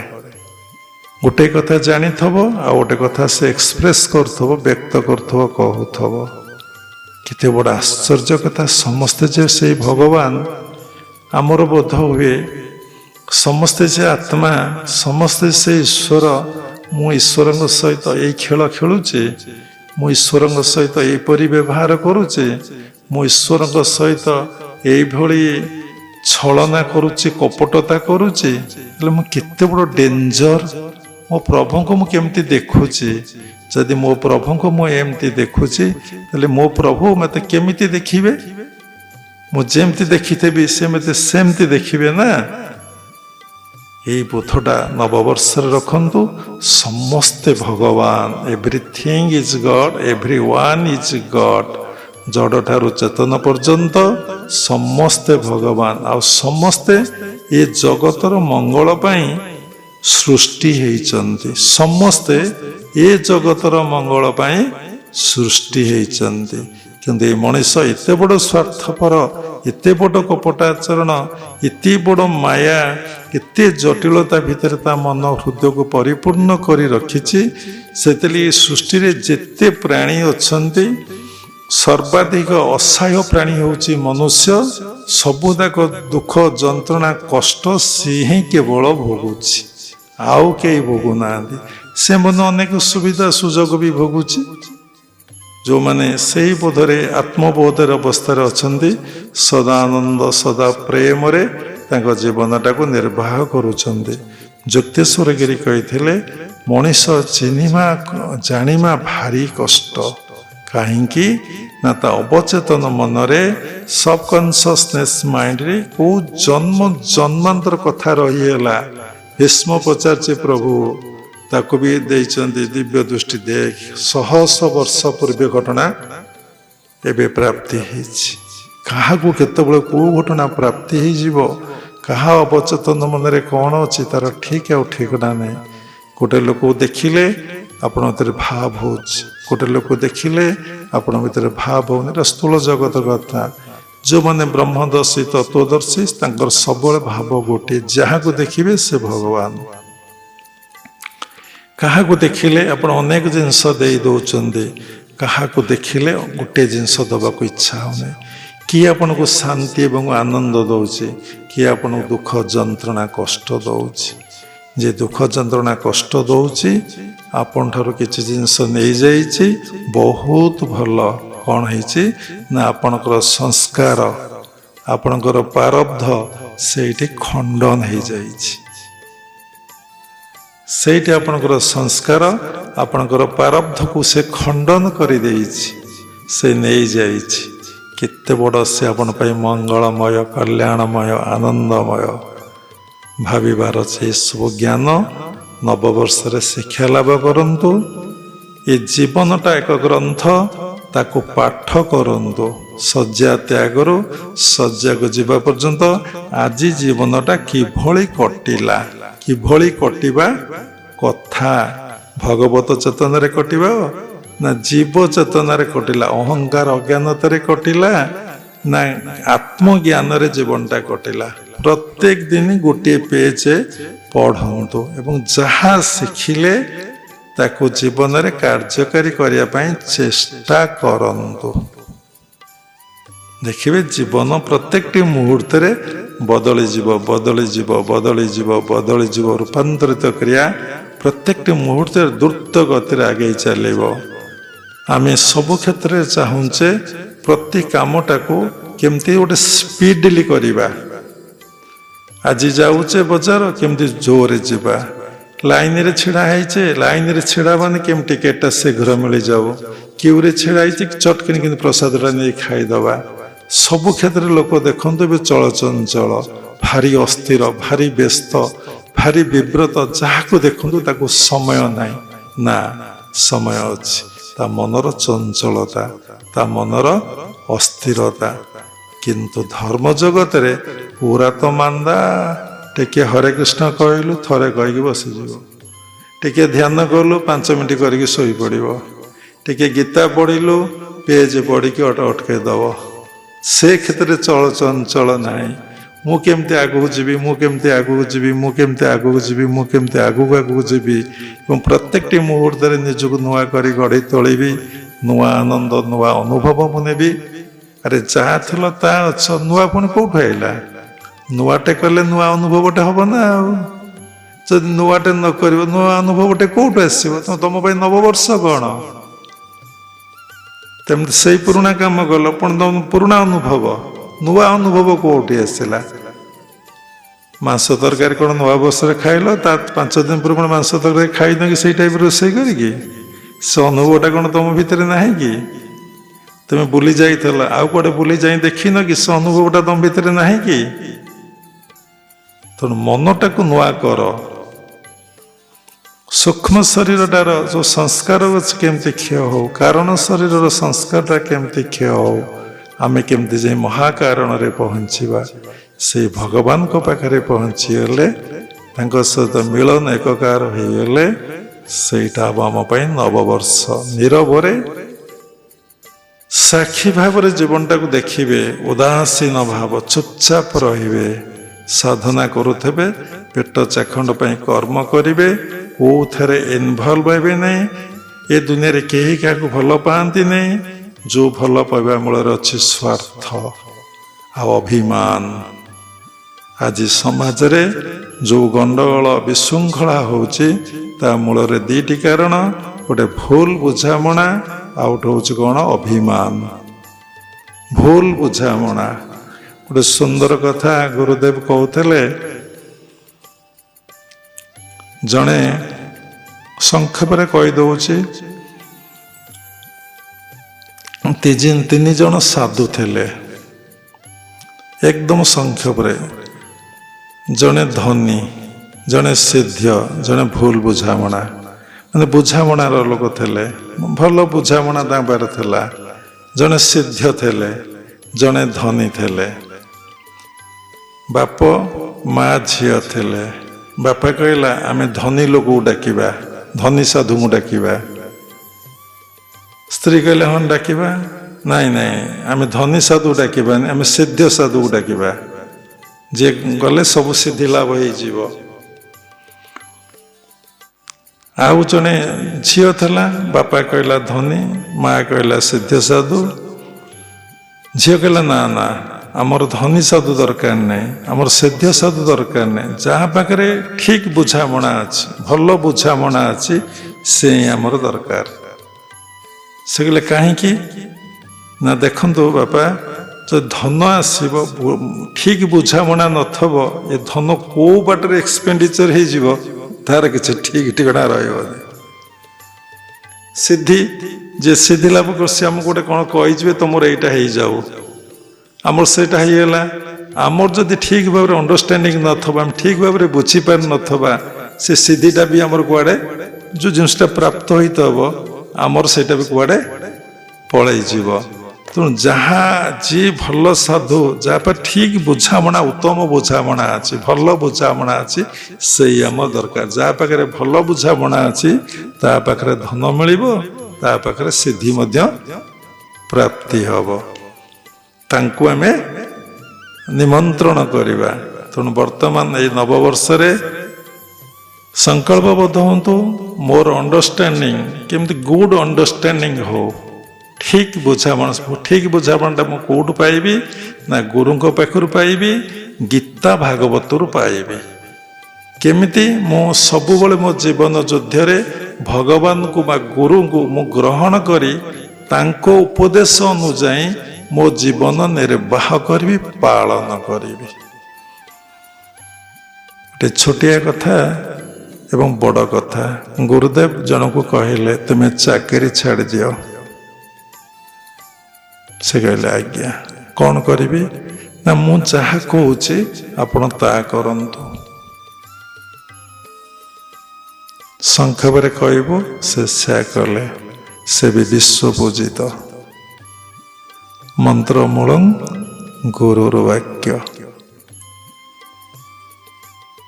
ମୁଁ ଯାହା କହୁଛି ଆପଣ ତାହା କରନ୍ତୁ। ଅର୍ଜୁନକୁ କହିଲେ ତୁ କିଛି ଚିନ୍ତା କରନା, ତୁ କିଛି ଭାବେନା, ତୁ କିଛି ଅନୁଶୋଚନା କରନା, ମୁଁ ସମସ୍ତଙ୍କୁ ମାରି ଦେଇଛି, ତୁ ନିମିତ୍ତ ମାତ୍ର। ମୁଁ ଯାହା କହୁଛି ତୁ ତା କର। ସଂଶୟ ରଖନା, ସନ୍ଦେହ ରଖନା। ମାର ଦ୍ରୋଣାଚାର୍ଯ୍ୟକୁ, ନିଜର ଗୁରୁକୁ ବଦ୍ଧ କରିବା ପାଇଁ ଅର୍ଜୁନ କୁଣ୍ଠାବୋଧ କରିନାହିଁ। ସେ ମାରିଛି। କାହିଁକି? ମନରେ ପ୍ରଶ୍ନ ଉଠିବ, କାହିଁକି ଭଗବାନ ନିର୍ଦ୍ଦେଶ ଦେଲେ ଯେ ଗୁରୁ ସେ ସମସ୍ତଙ୍କର ଗୁରୁ, ସେ କାହାର ପକ୍ଷ ଧରିବ ନାହିଁ। ସେ ନା କୌରବଙ୍କର ହେଇଥାନ୍ତେ ନା ପାଣ୍ଡବଙ୍କର ହେଇଥାନ୍ତେ। ସେ ନିରପେକ୍ଷ ରହିଥାନ୍ତେ। ଯଦି ନିରପେକ୍ଷ ରହିଥାନ୍ତେ କେବେ ତାଙ୍କୁ ମାରିବା ପାଇଁ ଭଗବାନ ନିର୍ଦ୍ଦେଶ ଦେଇନଥାନ୍ତେ। ଯଦି ମାରିବା ପାଇଁ ନିର୍ଦ୍ଦେଶ ମିଳିଥାନ୍ତା, ନିରପେକ୍ଷ ହେଇଥିଲେ ସେ କେବେ ମାରିପାରି ନଥାନ୍ତେ। ମାରିପାରିବେ ନାହିଁ, ବଦ୍ଧ କରିପାରିବେ ନାହିଁ। ଗୋଟିଏ କଚ ଦେଲେ ଅନେକ କଥା ସେମିତି ରହିଛି। ଏ ସମସ୍ତ ଜ୍ଞାନ ପ୍ରାପ୍ତି ହୁଏ ସାଧନା ଦ୍ୱାରା, ଗୁରୁ କୃପା ଦ୍ୱାରା ଆଉ ଶାସ୍ତ୍ର କୃପା, ଶାସ୍ତ୍ରର ମଧ୍ୟ କୃପା ଅଛି। ତେଣୁ ନବବର୍ଷରେ ପ୍ରତ୍ୟେକ ଦିନ 3ଟି କଥା 4ଟି କଥା କରିବା ପାଇଁ ମନେ ରଖନ୍ତୁ। ସବୁଦିନେ ମୁଁ ସ୍ୱାଧ୍ୟାୟ କରିବି। ପ୍ରତ୍ୟେକ ଦିନ ଅଧଘଣ୍ଟାଏ ଘଣ୍ଟାଏ ମୁଁ ଯେମିତି ହେଲେ ଅଧଘଣ୍ଟା ହେଲେ ପାଠ ପଢ଼ିବି। କି ପାଠ? ନା ଗୀତା ଭାଗବତ ମହାପୁରୁଷଙ୍କର ଜୀବନୀ ମୁଁ ପାଠ କରିବି। ପ୍ରତ୍ୟେକ ଦିନ ମୁଁ ସାଧୁ ସଙ୍ଗ କରିବି। ଫୋନରେ ହଉ ଯୋଉଠି ସାଧୁମାନେ ଥାଆନ୍ତୁ ମୁଁ ଯାଇ ସେଇଠି ସଙ୍ଗ କରିବି। ହେଲେ ସାଧୁ ଯେଉଁ ସ୍ପିଚ୍ ଦେଉଛନ୍ତି ତାକୁ ପ୍ରତ୍ୟେକ ଦିନ ମୁଁ ଶୁଣିବି। ସଙ୍ଗ ହେଲା, ତାଙ୍କ କଥା ଶୁଣିଲେ। ପ୍ରତ୍ୟେକ ଦିନ ମୁଁ ସ୍ୱାଧ୍ୟାୟ କରିବି, ସାଧୁ ସଙ୍ଗ କରିବି। ପ୍ରତ୍ୟେକ ଦିନ ସତ୍ସଙ୍ଗରେ ଅଂଶଗ୍ରହଣ କରିବି। ଆଉ ପ୍ରତ୍ୟେକ ଦିନ ଗୁରୁଦେବ ଯେଉଁ ଉପଦେଶ ଦେଇଛନ୍ତି ମୁଁ ତାକୁ ବସି ଅଭ୍ୟାସ କରିବି। ସାଧନା 4S ମୁଁ ଆକୁ ନିଶ୍ଚିନ୍ତ ଭାବରେ କରିବି। ଯଥେଷ୍ଟ ସମୟ ଅଛି, କିନ୍ତୁ ମୋର ମନ ନାହିଁ। କେମିତି ସମୟ ଅଛି? ବର୍ତ୍ତମାନ ଯୁଗର ଗୋଟେ ଏକ୍ଜାମ୍ପଲ ଦେଲେ ଆପଣମାନେ ସମସ୍ତେ ବୁଝିପାରିବେ। ଦିନକୁ ଯଦି 20ଟା କଲ୍ ଆସେ, ଆଟେଣ୍ଡ କରିବେ ନା କରିବେ ନାହିଁ? ମା ଯଦି ଗପୁଛି ଘଣ୍ଟାଏ ଯାଅ, ଗୁରୁ କହୁଥିବେ କାହା ସାଥିରେ ଗପୁଛନ୍ତି? ନା ମାଙ୍କ ସାଥିରେ କଥା ହଉଛୁ। କେତେ ଯେ ସେଠି ମାନେ ଏ ମୋହଗ୍ରସ୍ତ ଇମୋସନାଲ ଯେ ମାନେ ଗୁରୁଙ୍କ କଥା ଆମେ ଗୁରୁଙ୍କ ପାଖରେ ବସିଛି ସେ କଥା ବି ମନେ ନାହିଁ। ଆରେ ବାପା, ଆମେ ଯେତେବେଳେ ଗୁରୁଙ୍କ ପାଖରେ ଥିଲୁ ଫୋନ୍ ସୁଇଚ୍ ଅଫ୍ କରିଦେବୁ। ଫୋନ୍ ରିଙ୍ଗ ହେବ ନାହିଁ କି ଭାଇବ୍ରେସନ ମୋଡ଼ରେ ରଖିବୁ ନାହିଁ। ପ୍ରତ୍ୟେକଟି ମୁହୂର୍ତ୍ତରେ ସେ ଆମକୁ ଦେଖୁଛନ୍ତି, ଆମେ ତାଙ୍କୁ ଦେଖିପାରୁନେ। କୋଉ ସେ ପଦ? ସକଳ ଦେଖୁ ତୁ ନୟନେ, ତୋତେ ନ ଦେଖେ ସର୍ବଜନେ। ତୁ ଦୁନିଆକୁ ଦେଖୁଛୁ, ଦୁନିଆ ତୋତେ ଦେଖିପାରୁନାହିଁ। କାରଣ ତୋର ଅଜ୍ଞାନ ଚକ୍ଷୁ, ତାଙ୍କର ଜ୍ଞାନ ଚକ୍ଷୁ ଗୁରୁଙ୍କର ଅଛି। ଭଗବାନକୁ ଦେଖିବା ଏତେ ଦର୍ଶନ କରିବା ସହଜ, ପୁଣି ସହଜ ନୁହେଁ। ଦେଖନ୍ତୁ ନବବର୍ଷରେ ମନ୍ଦିରରେ କେତେ ଭିଡ଼ ହବ। ରାତି 12ଟା 1ଟା ଠାରୁ ଲୋକମାନେ ଲାଇନରେ ରହିବେ ଦର୍ଶନ କରିବା ପାଇଁ। ପ୍ରକୃତ କେହି ଦର୍ଶନ କରିବା ପାଇଁ ଯାଉନାହାନ୍ତି। ତାହେଲେ କ'ଣ କରିବା ପାଇଁ ଯାଉଛନ୍ତି? ସତ୍ସଙ୍ଗ ଲୋକଙ୍କ ଭିତରେ ପ୍ରତିକ୍ରିୟା ହେବ। ଜଷ୍ଟ ଗୋଟେ ସମସ୍ୟା ଯାଉଛି ତ ମୁଁ ଯିବି। ଆଜି ନବବର୍ଷ, ଠାକୁର ଦର୍ଶନରେ ପ୍ରକୃତ କ'ଣ ଦର୍ଶନ ବୁଝିଛନ୍ତି? ଠାକୁର ଯଦି ସେଇଠି ଗୋଟେ ଉପଦେଶ ଦେବେ, ତୁ ମୋତେ ଦର୍ଶନ କରିବାକୁ ଆସିଲୁ, ମୁଁ ତତେ ଏଇ ଉପଦେଶଟା ନବବର୍ଷରେ ଦେଉଛି, ତୁ ପାଳନ କରିବୁ। ସେ ପାଳନ କରିବ? ଠାକୁର କହିବେ ତୁ ଆଜିଠାରୁ ସତ କଥା କହିବୁ। ସେ କହିବ? ଠାକୁର କହିବେ 2 ଘଣ୍ଟା ବସି ତୁ ମୋତେ ଧ୍ୟାନ କରିବୁ। ଦର୍ଶନ କରିବାକୁ ଆଇଛୁ ନା, ମୁଁ ତତେ ଆଶୀର୍ବାଦ କରୁଛି, ତୁ 2 ଘଣ୍ଟା ଧ୍ୟାନ କରିବୁ। ସେ 2 ଘଣ୍ଟା ଧ୍ୟାନ କରିବ? ଠାକୁର କହିବେ ତୋ ଗୁରୁଦେବ ତତେ ଯେଉଁ ଉପଦେଶ ଦେବେ ତୁ ତାକୁ ପାଳନ କରିବୁ। ସେ ପାଳନ କରିବ? କେହି କରିବ? ମୋ ପ୍ରଭୁ କହିଛନ୍ତି, ମୋ ଗୁରୁଦେବ କହିଛନ୍ତି, ମୋ ଜଗନ୍ନାଥ କାଳିଆ ଠାକୁର କହିଛନ୍ତି ପାଳନ କରିବେ। କାହିଁକି? ନା ନିଜ ଭିତରେ ଅହଙ୍କାର ଅଛି, ଅଜ୍ଞାନତା ଅଛି। ଆମେ କେବେ ନିଜକୁ ଗୁରୁଙ୍କ ପାଖରେ ସମର୍ପଣ କରିପାରିବା ନାହିଁ, କାରଣ ଆମର ଅହଙ୍କାର ଅଛି। ଯାହାର ଅହଙ୍କାର ନାହିଁ, ଚାକିରି ଛାଡ଼, ଚାକିରି ଛାଡ଼, ଧ୍ୟାନ କର, ଧ୍ୟାନ କର। ତୁ ଦିନେ ବିଶ୍ୱପୂଜିତ ହବୁ। ବିଶ୍ୱପୂଜିତ ହେଇଗଲେ ସଂଶୟ ଆତ୍ମା ବିନାଶତି। ଯାହାର ସନ୍ଦେହ ସଂଶୟ ଆସିବ ସେ ବିନାଶ ହେଇଯିବ। ସେଥିଲାଗି ଜଗନ୍ନାଥ ଦାସ ଭାଗବତରେ କହିଲେ, ମୂଳଟି ଅଟଇ ବିଶ୍ୱାସ, କହି ଜଗନ୍ନାଥ ଦାସ, ବିଶ୍ୱାସ ବିନା କର୍ମ ଯେତେ, ଫଳ ନ ଫଳେ କଦାଚିତ। ଫେଥ୍, ରିଅଲ ଫେଥ୍, ବିଶ୍ୱାସ, ଦୃଢ଼ ବିଶ୍ୱାସ। ଦୃଢ଼ ବିଶ୍ୱାସ ଆସିବା ଏତେ ସହଜ ସାଧାରଣ କଥା ନୁହେଁ। ଯେଉଁମାନେ ସରଳ ମନା, ଯେଉଁମାନେ ସମର୍ପିତ, ଯେଉଁମାନେ ଅଖଣ୍ଡ ବିଶ୍ୱାସ ନିର୍ଭର ରହିଛି, ସେମାନେ ସମସ୍ତ କଥାକୁ ମାନିବେ। ସେ ନିଶ୍ଚିନ୍ତ ଭାବରେ ଏ ଜନ୍ମ ମୃତ୍ୟୁର ଚକ୍ରରୁ ଉଦ୍ଧାର ହେଇଯିବେ। ତେଣୁ ନବବର୍ଷ ସମସ୍ତଙ୍କ ପାଇଁ ଶୁଭବର୍ଷ ହଉ, ସମସ୍ତଙ୍କ ଭିତରେ ଭଗବତ ଚେତନା ଜାଗ୍ରତ ହଉ, ସମସ୍ତେ ସତ୍ୟରେ ପ୍ରତିଷ୍ଠା ଲାଭ କରନ୍ତୁ। ଏ ଜୀବନଟାକୁ କର୍ମମୟ ନ କରି ସେବାମୟ କରନ୍ତୁ। ଶେଷରେ କ୍ରିୟାଯୋଗ ପରମ୍ପରାର ସମସ୍ତ ଗୁରୁମାନଙ୍କୁ ପ୍ରଣାମ କରୁଛି। ବିଶ୍ୱର ପ୍ରତ୍ୟେକ ସମ୍ପ୍ରଦାୟର ଗୁରୁମାନଙ୍କୁ ପ୍ରଣାମ କରୁଛି। ଉପସ୍ଥିତ ଭଗବତ ସ୍ୱରୂପଗଣ ସବୁରି ଭିତରେ ଜଗନ୍ନାଥଙ୍କୁ ଉପଲବ୍ଧି କରି ମୁଁ ପ୍ରଣାମ କରୁଛି। ସର୍ବେ ଭବନ୍ତୁ ସୁଖିନ, ସର୍ବେ ସନ୍ତୁ ନିରାମୟା, ସର୍ବେ ଭଦ୍ରାଣୀ ପଶନ୍ତୁ, ମା କଶ୍ଚିତ୍ ଦୁଃଖ ଭାଗ ଭବେତ୍। ଜୟ ଗୁରୁଦେବ, ଜୟ ଜଗନ୍ନାଥ, ହରି ଓମ୍ ତତ୍ସତ୍।